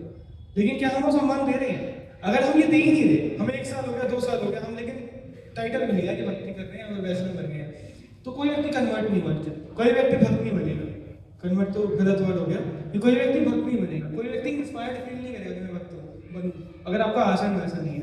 आप खुद देख लो, आप यहाँ पे जिस व्यक्ति से इंस्पायर्ड हो ना, जिस भक्त से इंस्पायर्ड हो, आप उस भक्त से इंस्पायर्ड हो, उससे नहीं हो जो बहुत अच्छा लेक्चर देता है, बहुत अच्छी बातें करता है, वो एक पॉइंट है, लेकिन उससे ज्यादा आप इंस्पायर होते हो उसके आचरण से, कि जब वो लेक्चर दे देता है उसके बाद वो बाकी प्रक्रिया कैसी है, वो जब भक्तों के संग में रहता है तो कैसे रहता है, ये आप नोटिस कर, ऐसे ही सबकॉन्शियसली आप ये सब नोटिस करते हो, और सब लोग नोटिस करते हैं, चाहे हमें बाहर से इतना ध्यान ना दे, लेकिन आप खुद नोटिस करते हो, आप उनसे ज्यादा इंस्पायर होते होंगे जो दिख रहा है कि प्रैक्टिकली पूर्ण सेवा में लगे हुए, जो दिख रहा है कि इनको फॉलो कर रहे हैं, कि सम्मान देते हैं सबको, खुद मीनियल सर्विसेज करते हैं इतने सीनियर होने के बाद। जब आप ये चीजें देखते हो ना किसी भक्त के अंदर, तो आप उनसे इंस्पिरेशन लेते हो कि यार ये इंस्पायर करते हैं। तो हमें अगर इंस्पिरेशन नहीं बनना है, हमें अगर अच्छा भक्त बनना है, तो हम जितना आचरण को फॉलो करेंगे ना उतना ज्यादा बेटर है ज्ञान से। ऐसा लेकिन मेरे लिए खुद के लिए भी कॉन्ट्रडिक्टिंग है, मैं भी उतना फॉलो नहीं करना जितना मैं बोल दिया बड़ी बड़ी बातें, लेकिन ये है कि आप हमेशा नोटिस कर लेना कि आचरण बहुत तेजी से प्रभाव डालता है। आप किसी कॉर्पोरेट वाले में भी हो गए ना, मैंने ये नोटिस किया है कि मेरे आचरण से जब मैंने अच्छी तरीके से फॉलो किया है, तो मेरे आसपास के जो लोग हैं जो बिल्कुल भक्ति के साथ लेना देना नहीं है, वो भी मेरे सामने, क्योंकि मेरा आचरण देख के उनको खुद ही मन ही नहीं करता वैसी बातें करने का, तो वो करते ही नहीं ऑटोमेटिकली। लेकिन अगर आपके अंदर खुद ही इतना आचरण अच्छा नहीं है ना आपका, तो लोग वैसी बातें करेंगे आपके अंदर, और फिर आप उनको समझा नहीं पाओगे, आप वर्बली बोल रहे हो, आपके अंदर तो खुद ही आप ऐसे ही हो, कोई डिजायर तो आपके वही नहीं है, अभी भी आप फॉलो कर ही नहीं रहे चीजों को जैसे करनी चाहिए, तो आप परिवर्तन नहीं ला सकते। घर वालों को तो आप कभी जिंदगी में कन्वर्ट नहीं कर सकते। घर वालों को अगर आपको भक्त बना देना, आप अपने आचरण से बना सकते हो। अगर उनको दिखेगा कि ये सुबह 4 बजे उठ के माला करने लगा है, चाहे अगर माला के वो है ऑफेंसिव है, तो 4 बजे उठ जाओ, वॉक पे निकल जाओ, वॉक पे माला करते करते माला भी हो जाएंगी आपकी, वापस आ जाओ, उनको लगेगा सुबह वॉक पे करने लगा लड़का, उन्हें सम्मान दो, पैर छू आने से पहले, जाने के बाद पैर छू, घर से बहुत प्यार से प्रेम पूर्वक बात करो। जवाब दो तो बहुत रूडली जवाब मत दो, जैसे हम देते हैं कि हाँ हाँ आ जाऊंगा मैं, हाँ ठीक है, खाना बना लो, ठीक है बना लूंगा। बहुत प्रेम से बात करो। जितना आप सम्मान देते हो ना, जितना आप सम्मान देना स्टार्ट करोगे, क्योंकि अगर आप अभक्तों से जैसे डीलिंग करोगे ना, धीरे धीरे वो भक्तों के अंदर आने लगेगी। ये मैंने नोटिस किया है। अगर आप ऐसे सोचो कि चाहिए मैं भक्तों के साथ एक अलग तरीके से रहूंगा, कि यहाँ पे पूरा सम्मान दूंगा, लेकिन अभक्तों को सम्मान नहीं दूंगा, तो कहीं ना आप गड़बड़ कर दोगे, फिसलने के चांसेस रहते हैं कि यहाँ पे भी आप सम्मान करने लगोगे, क्योंकि वो आने लगता है। तो चाहे आप बाहर भी हो ना, चाहे कोई भी व्यक्ति, उसमें भी गुण ही देखिए, उसको भी सम्मान ही दूंगा। चाहे आपका कोई पड़ोसी भी है जिसके अंदर आपको पता है 10 कमियां, उसके अंदर भी कमी मत देखो, एक भी कमी मत देखो, और उसके अंदर ढूंढो कि इसके अंदर क्या अच्छा हो रहा है, और उसके ऊपर चिंतन करो कि इसके अंदर क्या अच्छा हो रहा है, और उसको सम्मान दो उस चीज के ऊपर कि प्रभु जी आप तो, जैसे मान लो किसी के फादर है, जैसे मेरे फादर वैसे एथिस्ट हैं बहुत ज्यादा, लेकिन उनका एक गुण है जो मैं डेवलप करना चाहता हूँ कि वो रोज सुबह डेडिकेटेडली उठ जाते हैं और मेंटेन कर पा रहे हैं उसको। मैंने आज तक, मेरे को कितना लगभग 20 साल हो गया देखते हुए कि वो रोज सुबह टाइम पे जल्दी उठते हैं, चाहे वो पूरे दिन में कुछ भी करें। उनका एक शेड्यूल डिसिप्लिन फिक्स है कि वो सुबह उठ के योगा करते हैं, 5-6 बजे उठ के सुबह योगा करते हैं, रोज करते हैं डेडिकेटेडली। मैंने देखा वो कभी उसको स्लिप डाउन नहीं करते, वो बहुत डेडिकेटेडली उसी को फॉलो कर रहे हैं। तो मैं उसके लिए उनको प्रेस करता हूँ, रिस्पेक्ट करता हूँ कि वो इतना कर पा रहे हैं। मैं तो भक्त हूँ, इतना कुछ पढ़ने सुनने समझने के बाद इतना है कि मेरे कब कभी छोड़ जाता है सुबह उठना, लेकिन वो कैसे कर पा रहे हैं, मैं उनसे इंस्पायर्ड फील करता हूँ। उनको बहुत सम्मान देता हूँ उस चीज़ के लिए, और उनको फिर उसी तरीके से सम्मान भी देता हूँ। आप ये देखोगे तभी सम्मान दे पाओगे। अगर आप आर्टिफिशियली सम्मान देने का प्रयास करोगे, नहीं मैं सम्मान दूंगा, आप नहीं दे पाओगे हर व्यक्ति के अंदर। लेकिन आप अगर कुछ ना कुछ गुण देखने लगेगा, ऐसा तो है ही नहीं किसी के अंदर को गुण ना मिले, और कुछ ना कुछ गुण किसी ना किसी के अंदर मिल ही जाएगा। आप उस गुण पे ही चिंतन करो, आपके अंदर ऑटोमेटिकली उसके प्रति सम्मान डेवलप हो जाएगा। हो सकता है क्योंकि भक्त अलग अलग है, तो हर भक्त के अंदर आपको सारी गुण नहीं दिखेंगे कि हर भक्त परफेक्ट ही है, लेकिन आप उस भक्त के अंदर ढूंढो कि इस भक्त के अंदर ऐसा कौन सा अच्छा गुण है, क्या ऐसा बढ़िया गुण है उसके क्वालिटी के लिए, और हमेशा उस पर चिंतन करो। दोस्त पर कोई चिंतन जाएगा ही नहीं अगर आप ऐसे करोगे तो, कि अगर आप यही चिंतन करते रहोगे कि इसके अंदर कितनी बढ़िया क्वालिटी है, तो ऑटोमेटिकली रिस्पेक्ट आएगी कि कितना अच्छा करते हैं। हो सकता है कोई भक्त बहुत ज़्यादा मजाक करते हो, सीनियर डिवोटी, लेकिन मान लो उनके अंदर आपको दिख रहा है कि लेकिन ये हमेशा ये भी चिंतन करते हैं, एंजाइटी भी रहती है कि सेवा पूरी होनी चाहिए। जैसी सेवा का टाइम होता है भाग के सेवा करते हैं, कितना ज़्यादा समर्पण है उससे पता लगता है। तो आप उस पर गुण पे चिंतन करो, ना कि इस पे कि वो मजाक करते हैं। आप ऑटोमेटिकली रिस्पेक्ट आने लग जाएगा उनके प्रति, हमेशा रिस्पेक्टफुल रहोगे। एक्चुअली दोष से सम्मान गिरता है, जब भी किसी व्यक्ति के अंदर दोष दिखता है तो सम्मान ऑटोमेटिकली गिर जाता है, और फिर अपराध होना चालू हो जाता है। फिर आप उनके बाकी कैरेक्टर को निगलेक्ट कर दोगे और पूरा उसी पे घुस जाओगे कि यही है इनके अंदर, और फिर आप उनको फीडबैक देने का प्रयास करोगे, करेक्ट करने का प्रयास करोगे, अब देखोगे कि आप भक्त से दूर चले जाओगे। जितना आप करेक्शन फीडबैक ये सब देने लग जाओगे ना, उतना धीरे धीरे आप दूर चले जाते हो। इसलिए बहुत मुश्किल है, बहुत डिफिकल्ट सेवा है किसी को करेक्ट करना, फीडबैक देना। इसलिए उसी को देना चाहिए जिस पे आपकी अथॉरिटी है, जिस पे आपको सेवा मिली है कि मुझे इस पे देना है। सिर्फ करेक्शन उसमें देखो, इंप्रूवमेंट उसमें देखो जब आपको वहां पे बताया गया कि इसमें इंप्रूवमेंट देखनी है।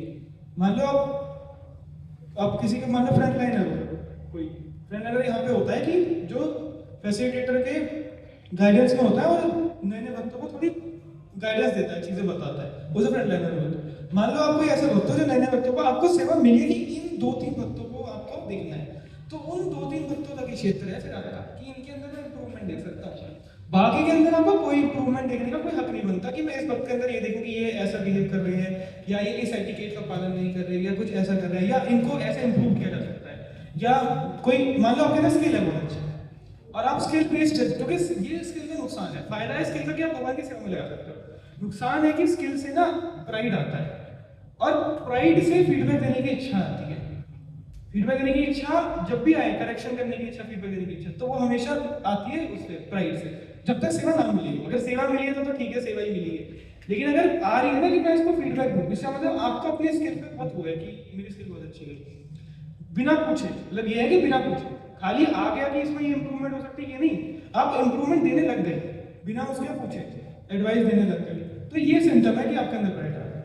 अगर आप वेट कर रहे हो कि हाँ मेरे में स्किल है, लेकिन आप ये मान रहे हो कि ठीक है वो बहुत अच्छा कर रहे हो ऑटोमेटिकली, और जब ये व्यक्ति पूछेंगे तो मैं विनम्र भाव से बोल दूंगा कि हाँ प्रभु जी, हाँ मतलब ऐसे तो बहुत अच्छा बना, पहले बोल देखो उसमें भी प्रभु जी ये अलाइनमेंट बहुत अच्छा, मतलब डिजाइनिंग को पोस्टर डिजाइन करना है तो ये चीज़ बहुत अच्छी बनी, ये चीज़ बहुत अच्छी लगी, ये बहुत अच्छी लगी है।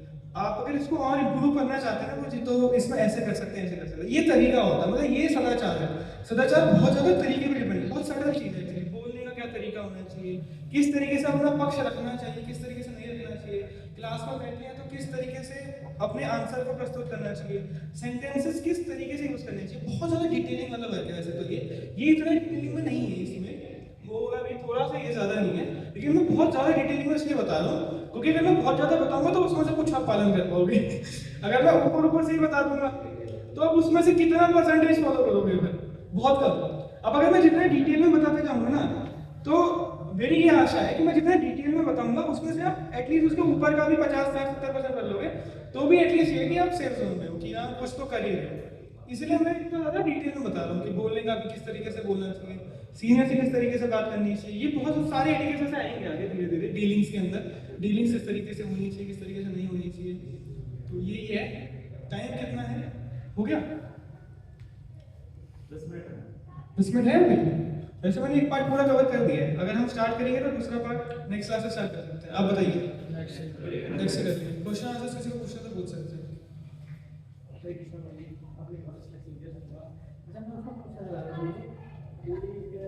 जैसे शारीरिक मानसिक और आध्यात्मिक के बारे में करो।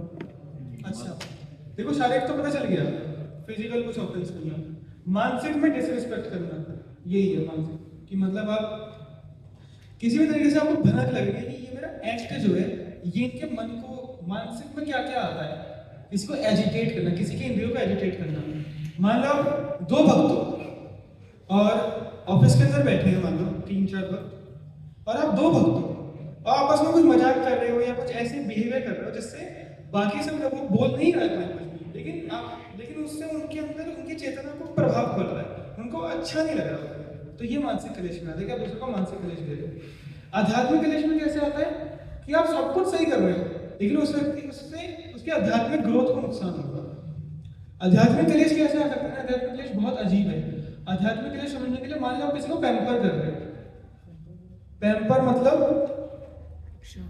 एक एग्जांपल से बताता हूँ, मतलब जो सॉल्यूशन है आप उसको सॉल्यूशन ना देके, डायरेक्टली सॉल्यूशन ना देके उसको जस्ट मटेरियल केयर देने का प्रयास करें, वो आध्यात्मिक कलेश में आ जाता है।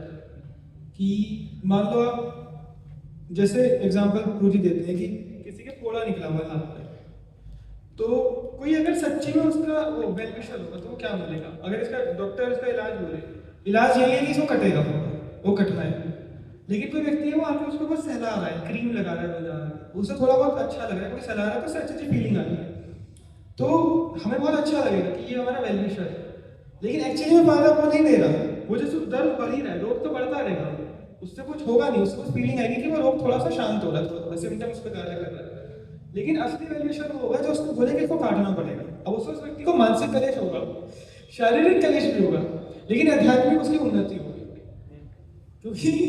क्योंकि काटने से उसका फायदा है, मतलब उसके शरीर का फायदा है, तो यहाँ पे उसको दुख होगा, तो यहाँ पे ये ऑफेंस नहीं है। जैसे अगर कोई बहुत उच्च भक्त है, वो किसी को डांट रहा है और उसकी डांट की वजह से सामने वाले व्यक्ति को शारीरिक कलेश भी हो रहा है, फिजिकल कलेश भी हो रहा है, मानसिक कलेश भी हो रहा है, लेकिन उसकी आध्यात्मिक उन्नति हो रही है, तो वो बेटर है रादर देन वो व्यक्ति उसको पैम्पर करे, लेकिन पैम्पर करने के बाद उसके आध्यात्मिक की उन्नति रुक जाए।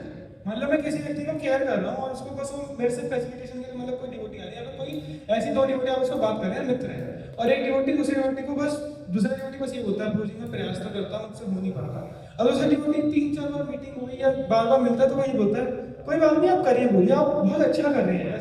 कितने लोग तो ये भी नहीं कर पा रहे, बहुनाम जन्म में होते कि हजारों जन्मों में कोई व्यक्ति यहाँ तक पहुंच पाता है कि माला जप करना स्टार्ट कर पाता है, आप तो उनसे बहुत बेटर है, ये बोल के जस्ट टाल दिया 3 बार 4 बार, लेकिन वो उनको करेक्ट नहीं कर रहा कि मतलब स्ट्रांगली बोल नहीं रहा कि मुझे देखो अब 1 साल हो गया, 2 साल हो गया, आप प्रॉब्लम पे वर्क करो, क्या आपको अंदर से इच्छा नहीं आती, क्या आपको विश्वास होना नहीं आ रहा है, आप उस पर वर्क करेंगे। अगर आपको विश्वास नहीं आ रहा है तो आप क्वेश्चंस बताओ आपको क्यों डाउट आते हैं, हम उस पर वर्क करेंगे, क्या डाउट आ रहे हैं आपके, उस पर सॉल्व करेंगे। आप क्या पढ़ रहे हो, आपका डाउट कम हो रहा है तो क्या आप रीडिंग नहीं कर रहे इसलिए आपके डाउट्स बढ़ रहे हैं, शायद आप हियरिंग कर रहे हैं, वो हो सकता है वो उसको अच्छा ना लगे, उसको डांटे, क्या पता कि आपको सुबह भी करना है तो करना है, अगर वो डांटे तो वो मानसिक कलेश तो दे रहा है, लेकिन आध्यात्मिक उन्नति बढ़ा रहा है, तो दूसरा वाला आध्यात्मिक कलेश हो जाएगा। किसी व्यक्ति को मेटीरियली तो सांत्वना देना, पैम्पर करना, लेकिन उसकी आध्यात्मिक ग्रोथ को रुक जाना, वो आध्यात्मिक कलेश है। समझ रहे? किसी को कोई नशा कर रहा है, हाँ, बोलेंगे ऐसे करना गलत है, प्रवचन देने लगे तो उनके लिए कोई क्लेश हो जाएगा, उनके लिए क्लेश हो जाएगा, लेकिन उसमें मतलब नहीं वो अपराध में नहीं आएगा, उसमें अपराध में नहीं आएगा, वो अपराध में नहीं आएगा, इसलिए नहीं आएगा क्योंकि आध्यात्मिक उन्नति रुक जाएगी ना उसकी, तो वो अपराध में नहीं आएगा।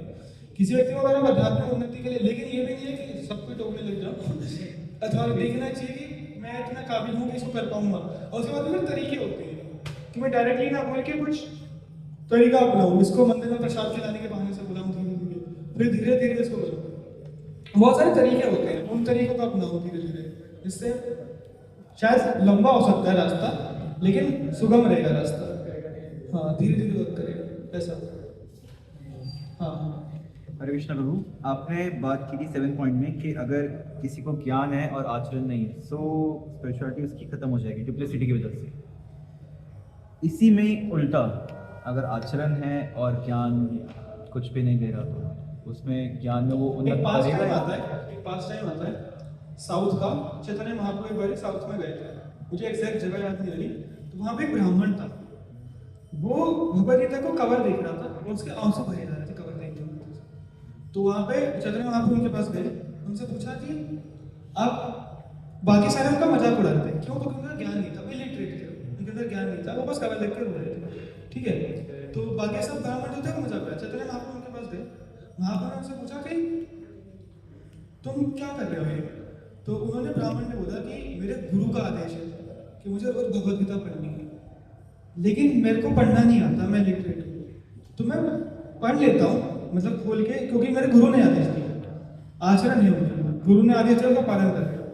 लेकिन जब मैं कवर देखता हूँ ना, तो मैं देखता हूँ कि भगवान सारथी बन रहे हैं अपने भक्त का, तो मैं भगवान की इस कृपालु भाव पे, करुणा भाव पे मुझे अश्रु आ जाते हैं कि जो जिन्होंने पूरी क्रिएशन रची, इतना बड़ा सर्व ब्रह्मांड के खुद के जो रचक है, रचयिता है, जिनके अंदर से इतना एक्सपेंशन निकल रहे हैं, महाविष्णु गर्भोदक्ष विष्णु, और फिर उसके बाद वो क्रिएशन कर रहे हैं, मतलब वो खुद एक ऐसे नॉर्मल लिविंग एंटिटी के अर्जुन जैसे कब पारथी बन रहे हैं, सारथी बन रहे हैं। और जब सारथी बनते हैं तो पीछे से लात भी मारते हैं, डायरेक्शन बताने के लिए पीछे से लात मारनी पड़ती है कि इधर जाओ उधर चलो, सारथी को जो भी वो होते हैं, वॉरियर होते हैं, वो होती है, तो वो ये सब सहन कर रहे हैं अपने भक्त के लिए। वो इतनी लो पोजीशन में चले जा रहे हैं, इतनी लो पोजीशन में, मतलब ये देख के मेरे को भगवान के प्रति करुणा इतना भाव आ जाता है कि भगवान कितने कृपालु, कितने करुणामयी है, मतलब कितने ज्यादा कंपैशनेट है भगवान, ये देख के मेरे आंसू बहते रहते हैं। तो भगवान ने बोला तुम्हारे अंदर ज्ञान नहीं है लेकिन सार है, सार जो है वो आचरण से अपने आप आ जाता है। इसके ऊपर एक श्लोक भी है, मतलब वो कोट नहीं कर पा रहे चीजें, बट उसको पता हाँ, है एग्जैक्टली, मुझे पता भी नहीं है, वो जस्ट जो उनको बता के वो एज फॉलो कर रहे हैं, तो उनको सार पता लगे। इसका एक श्लोक है, यथा देवे तथा भक्ति तथा देवे तथा गुरु तस्यैते कथिताय अर्था प्रकाशन्ते महात्मना। इसका अर्थ है जो व्यक्ति फेथफुली भगवान को और गुरु को एज इट इज फॉलो करता है, यथा देवे तथा गुरु, जो गुरु को फॉलो करता है, और यथा देवे मतलब भगवान को जो फॉलो करता है, यथा गुरु मतलब जो गुरु को फॉलो करता है, तो उसके अंदर ज्ञान नहीं भी है तो प्रकाश अंते महात्माना, उसके अंदर ज्ञान का ऑटोमेटिकली प्रकाश हो जाता है, ऑटोमेटिकली उसके अंदर सारा ज्ञान प्रकट हो जाता है। मतलब क्योंकि एक्चुअली में ये जो ज्ञान है, जैसे कि मैंने बताया, ये ऑटोमेटिकली है अंदर। ऐसा नहीं है कि ये बुक लिखी गई है उसके बाद भक्त बननी चालू हुई है, जितने भी शास्त्र लिखे गए हैं वो बाद में लिखे गए हैं, पहले नहीं लिखे गए। पहले सब कुछ हो रहा था, भक्त पहले से थे, उसके बाद शास्त्र लिखे गए कि दोबारा से कैसे अपनी ट्रांसफॉर्मेशन करनी है। तो एक्चुअली में ये सब ज्ञान ऐसा नहीं है कि ये बाहर से हम ले रहे हैं, प्राप्त कर रहे हैं, ये इसलिए लग रहा है क्योंकि अंदर कुछ अभी रियलाइजेशन है नहीं, लेकिन एक्चुअली में सब ऑलरेडी हमें पता है, ये सब ऑलरेडी है हमारे अंदर। ज्ञान पूर्ण भावना में है, आत्मा जो है वो सत और चित्त में ऑटोमेटिकली रहती है। सत और चित्त यानी कि चित्त ऑटोमेटिकली है, सब ज्ञान है हमें। ये हम एक तरीके से इसलिए पढ़ रहे हैं, इसलिए फॉलो कर रहे हैं क्योंकि हम भूल गए हैं, और जब हम फॉलो करेंगे ना तो हमें ऑटोमेटिकली चीजें अंदर से भी आएंगी, ये अच्छा ये है, तो सार ऑटोमेटिकली क्लियर हो जाएगा, ज्ञान ऑटोमेटिकली है क्योंकि वो ये मतलब जैसे हमें कृष्णा संबंध हमारा विश्वास, हाँ जैसे है, अब वो ढक गया है, वो बस उसको पुनः वापस से उसको उजागर कर रहा है, वो है ऑटोमेटिक। ऐसा नहीं कि वो कोई नया प्रोडक्ट लेके आना है, वो सब ऑटोमेटिकली है, बस उसको क्योंकि बाहर से कवरिंग इतनी ज्यादा हो गई तो कवरिंग हटाने पे हमें काम करना पड़ रहा है, इसलिए सब पढ़ना पड़ता है कि कवरिंग हट जाए। जैसे शिला गौर किशोर गोस्वामी, गौर किशोर बाबा जी महाराज, गौर किशोर बाबा जी महाराज इलिटरेट थे, लेकिन जब भी वो बोलते थे तो उनके अंदर से ऑटोमेटिकली शास्त्र आ जाते थे, ऑटोमेटिकली, जबकि वो लिटरेट थे, कोई व्यक्ति समझ नहीं पाता था क्योंकि वो ऑटोमेटिकली आचरण फॉलो कर रहे थे, क्योंकि नाम में तो ऑटोमेटिकली सब है ही ना, नाम में भी सब है ही, तो सब ऑटोमेटिकली आ जाता है। ये हम इसलिए पढ़ रहे हैं क्योंकि हम भूल गए। तो इसलिए जरूरी नहीं है कि ज्ञान ना हो, ज्ञान ना हो आचरण पूरा है तो वो बेटर है एज कम्पेयर टू कि ज्ञान है लेकिन आचरण नहीं है, वो ज़्यादा बेटर है। अगर आप फॉलो कर रहे हो चीज़ों को, हो सकता है कोई ऐसा बात हो जिससे आप पूछो तो कोट ना कर पाए कोई चीज़, लेकिन उसके अंदर आपको दिख रहा है कि वो सब कुछ फॉलो कर रहा है। बहुत सारे बातें आपको दिखेंगे IMF के अंदर जिनका आचरण एकदम टॉप क्लास है, आप पूछोगे तो वो एकदम हंस देंगे, स्माइल कर देंगे, मतलब वैसे थ्योरेटिकल नहीं पता, ज्ञान नहीं है उनके अंदर, कुछ को हो सकता है पढ़ा भी ज़्यादा नहीं है, लेकिन वो क्योंकि फॉलो कर रहे हैं ना, भगवान उससे ज़्यादा प्रेम करते हैं कि वो ऑटोमेटिकली फॉलो कर रहे हैं सब कुछ, और उनके ज्ञान उनके हृदय में प्रकट हो जाएगा ऑटोमेटिकली। शबरी है, बहुत सारे भक्त हैं इसमें, बहुत सारे भक्त हैं जो ऑटोमेटिकली है। शबरी जी एक गुण था, उन्होंने गुरु को एज इट इज फॉलो करा, उनका आचरण टॉप क्लास था कि उन्होंने फॉलो किया एज इट इज, चाहे ज्ञान हो या ना हो आपको फॉलो करना है। अगर आप फॉलो करोगे तो ज्ञान ऑटोमेटिकली आएगा। कभी कभी आपको डाउट आए भी ना, तब भी फॉलो करो, धीरे धीरे आपको ऑटोमेटिकली जब करते समय किसी अलग माध्यम से भगवान आपको आंसर दे देंगे कि इसीलिए करो, वो आ जाएगा ऑटोमेटिकली। ठीक है, और कोई क्वेश्चन? जैसा आपने कहा कि हमें मेंटली किसी को परेशान नहीं करना चाहिए, हाँ। है ना, बट वो एक तरह से एक अच्छी चीज के लिए, जैसा लाइक एग्जांपल एक गर्लफ्रेंड बॉयफ्रेंड है, ठीक है, तो अगर उनका ब्रेकअप हो जाएगा तो मेंटली एक दोनों डिस्टर्ब हो जाएंगे, ठीक है, तो पर एक तरह से हम इसे कैसे देखेंगे? देखो ये मोस्टली जो है एटिकेट्स है ना, ये यहाँ पे ये बताया जाता है क्योंकि यहाँ पे कोई व्यक्ति ऐसा गलत डिसीजन ले नहीं रहा। बाहर आपको ऐसे लोग मिलेंगे जो बहुत गलत तरीके से डिसीजंस ले रहे हैं, उनको करने के लिए आपको कलेश को साइड में रख के आपको डीलिंग उस समय पे करना पड़ेगा ऐसे, जिससे चाहे उसमें अगर आपको इग्नोर करना पड़ेगा कि इसको मानसिक कलेश हो रहा है, फिजिकल कलेश हो रहा है, चाहे आपको फिजिकली कलेश भी देना पड़े, आपको चाहे शास्त्र उठाने पड़े। जैसे अर्जुन है, अब अर्जुन अगर ये सोच लेते कि मैं शारीरिक कलेश और मानसिक कलेश दूं सबको, तो मैं वो लड़ते ही नहीं ना, फिर क्यों मैं मानसिक कलेश कैसे दे सकता हूँ? तो वो कंटेक्स्ट डिपेंडेंट हो जाता है। बाहर जनरली जो कंटेक्स्ट रहेगा ना, उसमें आपकी ये सिचुएशन ऐसी नहीं आएगी। हो ही गया तो क्वेश्चन आंसर चल रहे हैं, तो यही है। तो बाहर की सिचुएशन के हिसाब से आप इसको ज्यादा मेडिटेट मत करो कि मैं इनको क्या कलेश दे रहा हूँ, उनसे करो जो आपके क्लोज है, जैसे माता पिता के प्रति इन सब कुछ चीजों को फॉलो करना स्टार्ट करो कि मैं इनको भी कलेश ना दूं। मैं अगर मंदिर भी आऊँ तो कुछ ऐसा बहाना बना के आऊँ जिससे इनको कष्ट ना हो, जिससे मेरा काम भी हो जाए और इनको भी दुख ना हो, कष्ट ना हो, ऐसा कुछ। तो भगवान के लिए सामने वाले व्यक्ति को भ्रम में रखना कोई दिक्कत नहीं है, भ्रम भगवान की ही रचना है, तो उसे हम भगवान की सेवा में लगा सकते हैं। ऐसा नहीं कि हम भ्रम से बड़े हैं कि हम भ्रम नहीं कर सकते, भगवान से बड़े थोड़ी हैं, भगवान की ही रचना है, तो उसको भगवान की सेवा में लगा सकते हैं, दूसरों को देखिए। मतलब ये अगर हमारा उद्देश्य भगवान के लिए है कुछ सेवा है, हाँ, हम झूठ बोल सकते हैं, कोई दिक्कत नहीं है। ताकि सामने हाँ, किसी को कष्ट ना देके, अगर आप मान लो आपकी मदर को दिक्कत होती है कि आप बार-बार बंद जाओ, तो उनको बोल दो कुछ और बहाना देके आ जाओ, क्योंकि आपको पता है कि ये पर्पस भी फुलफिल हो रहा है, मेरा ये भी हो रहा है, इस मेरे एक झूठ बोलने से मेरी माँ भी खुश है और मैं अपनी भक्ति भी कर पा रहा हूँ, तो वो झूठ नहीं है, तो कोई दिक्कत नहीं है झूठ। एक और क्वेश्चन था आउट ऑफ कॉन्टेक्स्ट है, बट ये था कि हम हरे कृष्णा करते हैं तो हाथ के ऊपर रखते हैं, ये भाव होता है। एक्चुअली हम जितने अंगों को यूज करेंगे ना, उतना ज्यादा हमारा समर्पण बढ़ता है। आप ये मतलब आप कभी ऐसे करके हरे कृष्णा बोलो, आपको अंदर से भावना रुकेगा, अटकेगा, आपको फील होगा कि भाव कहीं अटक रहा है। जब हम पूरा अपने हाथ पर खोल देते हैं ना, अपने अंगों को पूरा बाहर कर देते हैं, तो हम एक तरीके से पूर्ण समर्पण कर देंगे। भगवान मेरे सारे अंग अब निर्देश दे रहे हैं कि मैं आपको समर्पण हूँ। ये सरेंडर के लक्षण है। जैसे नृत्य करते हैं, नृत्य सरेंडर का लक्षण है, क्योंकि नृत्य में आप अपने शरीर के एक एक अंग को इस्तेमाल कर रहे हो भगवान की सेवा में, भगवान के लिए नाच करने के लिए। हो सकता है आप मजे के लिए नाच रहे हो, वो उसमें भी कोई दिक्कत नहीं है, उसमें आप अनइंटेंशनली सेवा कर रहे हो। लेकिन अगर आप इसको लॉजिकली समझना चाहते हो कि मैं क्यों नृत्य कर रहा हूँ, तो उसको ऐसा समझो कि मैं, क्योंकि भगवान ने ये बॉडी दी है, तो मैं भगवान खुश होंगे कि अगर मैं भगवान के लिए नाचूंगा, अगर मैं भगवान के लिए अंगों को अलग तरीके से फेंकूंगा, इधर उधर करूंगा, तो भगवान खुश होंगे कि मैं उनके लिए अपने अंगों को यूज कर रहा हूँ। बाहर किसी व्यक्ति के उस पर नहीं नाच रहा हमेशा, तो भगवान के लिए नाच रहा सामने, तो ये सबसे समर्पण फील होता है और खुद भी बढ़ता है। पहले आप हेजिटेशन होगी नाचने में, लेकिन अगर आप उस हेजिटेशन को मार के नाचोगे ना जिस दिन, उस दिन आपको फील होगा कि मेरे को और सरेंडर बढ़ रहा है, मेरे अंदर फेथ और सरेंडर बढ़ रहा है, जिसमें बताया ना रिवर्स प्रोसेस है। अब जितना मैकेनिकली इन सब चीजों को प्रोसेस करोगे ना, हो सकता है आपके अंदर से ना आए कि यार मन नहीं कर रहा नाचने, फिर भी नाचो, आपका सरेंडर बढ़ेगा उससे। ये मत सोचो कि आप अपने मजे के लिए नाचो, सोचो मैं भगवान के लिए नाचो, सेवा के नाचना भी सेवा है, वो एक अंग है भक्ति का नाचना, उससे भगवान खुश होंगे, आपकी खुशी के लिए नहीं नाच रहे हैं, क्योंकि भगवान को अच्छा लगता है। भगवान जब देखते हैं कि मेरे नाम पे कोई व्यक्ति नाच रहा है तो भगवान को अच्छा लगता है, इसलिए नाचना है, उनकी सेवा के लिए नाचना है, अपने मजे के लिए नहीं नाचना है। तो मन ना भी करे तो हेसिटेशन मार के नाचो। जिस दिन आप ईगो मार के नाचोगे ना तो उसे आप देखोगे आपका समर्पण बढ़ रहा है भगवान के प्रति, प्रेम और संबंध आपको और ज्यादा गाढ़ा हो रहा है भगवान से, जब आप ऐसा करोगे तो। ऐसे जितने भी एटिकेट्स आप अपने हेसिटेशन को मार के फॉलो करोगे ना, आप देखोगे आपके अंदर समर्पण, लव, ये सब आपके अंदर बढ़ता जा रहा है भगवान के प्रति, और आप क्लोज आ रहे हो भगवान के प्रति। ये सब तब है आपका लक्ष्य है भगवान तक पहुंचना। ये बातें आपको अच्छी लगेंगी तब जब आपका लक्ष्य है कि मुझे भगवान को पहुंचाना है। अगर ये लक्ष्य ही नहीं है कि मुझे भगवान से कुछ करना है, लेना देना है, तो आपको ये चीजें बहुत बोरिंग लगेंगी। तो आपके लिए ये वाला स्टेप, इसका मतलब इससे पीछे भी एक स्टेप है। इसका मतलब कि पहले तो ये समझो कि पहले इतना फेथ ले आओ कि मुझे भगवान को प्रसन्न करना है, पहले उतना फेथ ले आओ, उसके बाद ही आप आगे जाओ। लेकिन फिर भी ना भी आए ना, चाहे हल्का सा भी आप कर भी लोगे ना, आपका धीरे धीरे ऑटोमेटिकली फेथ आने लगेगा। आपको अपने अंदर इतनी ट्रांसफॉर्मेशन दिखने लगेगी वैष्णव मेडिकेशन से फॉलो करते हैं कि आपको खुद अच्छा लगने लगेगा करना, फिर वो आपके हैबिट नेचुरल हैबिट बन जाएगी। ठीक है, और कोई प्रश्न? बहुत धन्यवाद, ये लेट हो गया थोड़ा। लेक्चर के बाद पूछ सकते हैं क्या अच्छी बात है।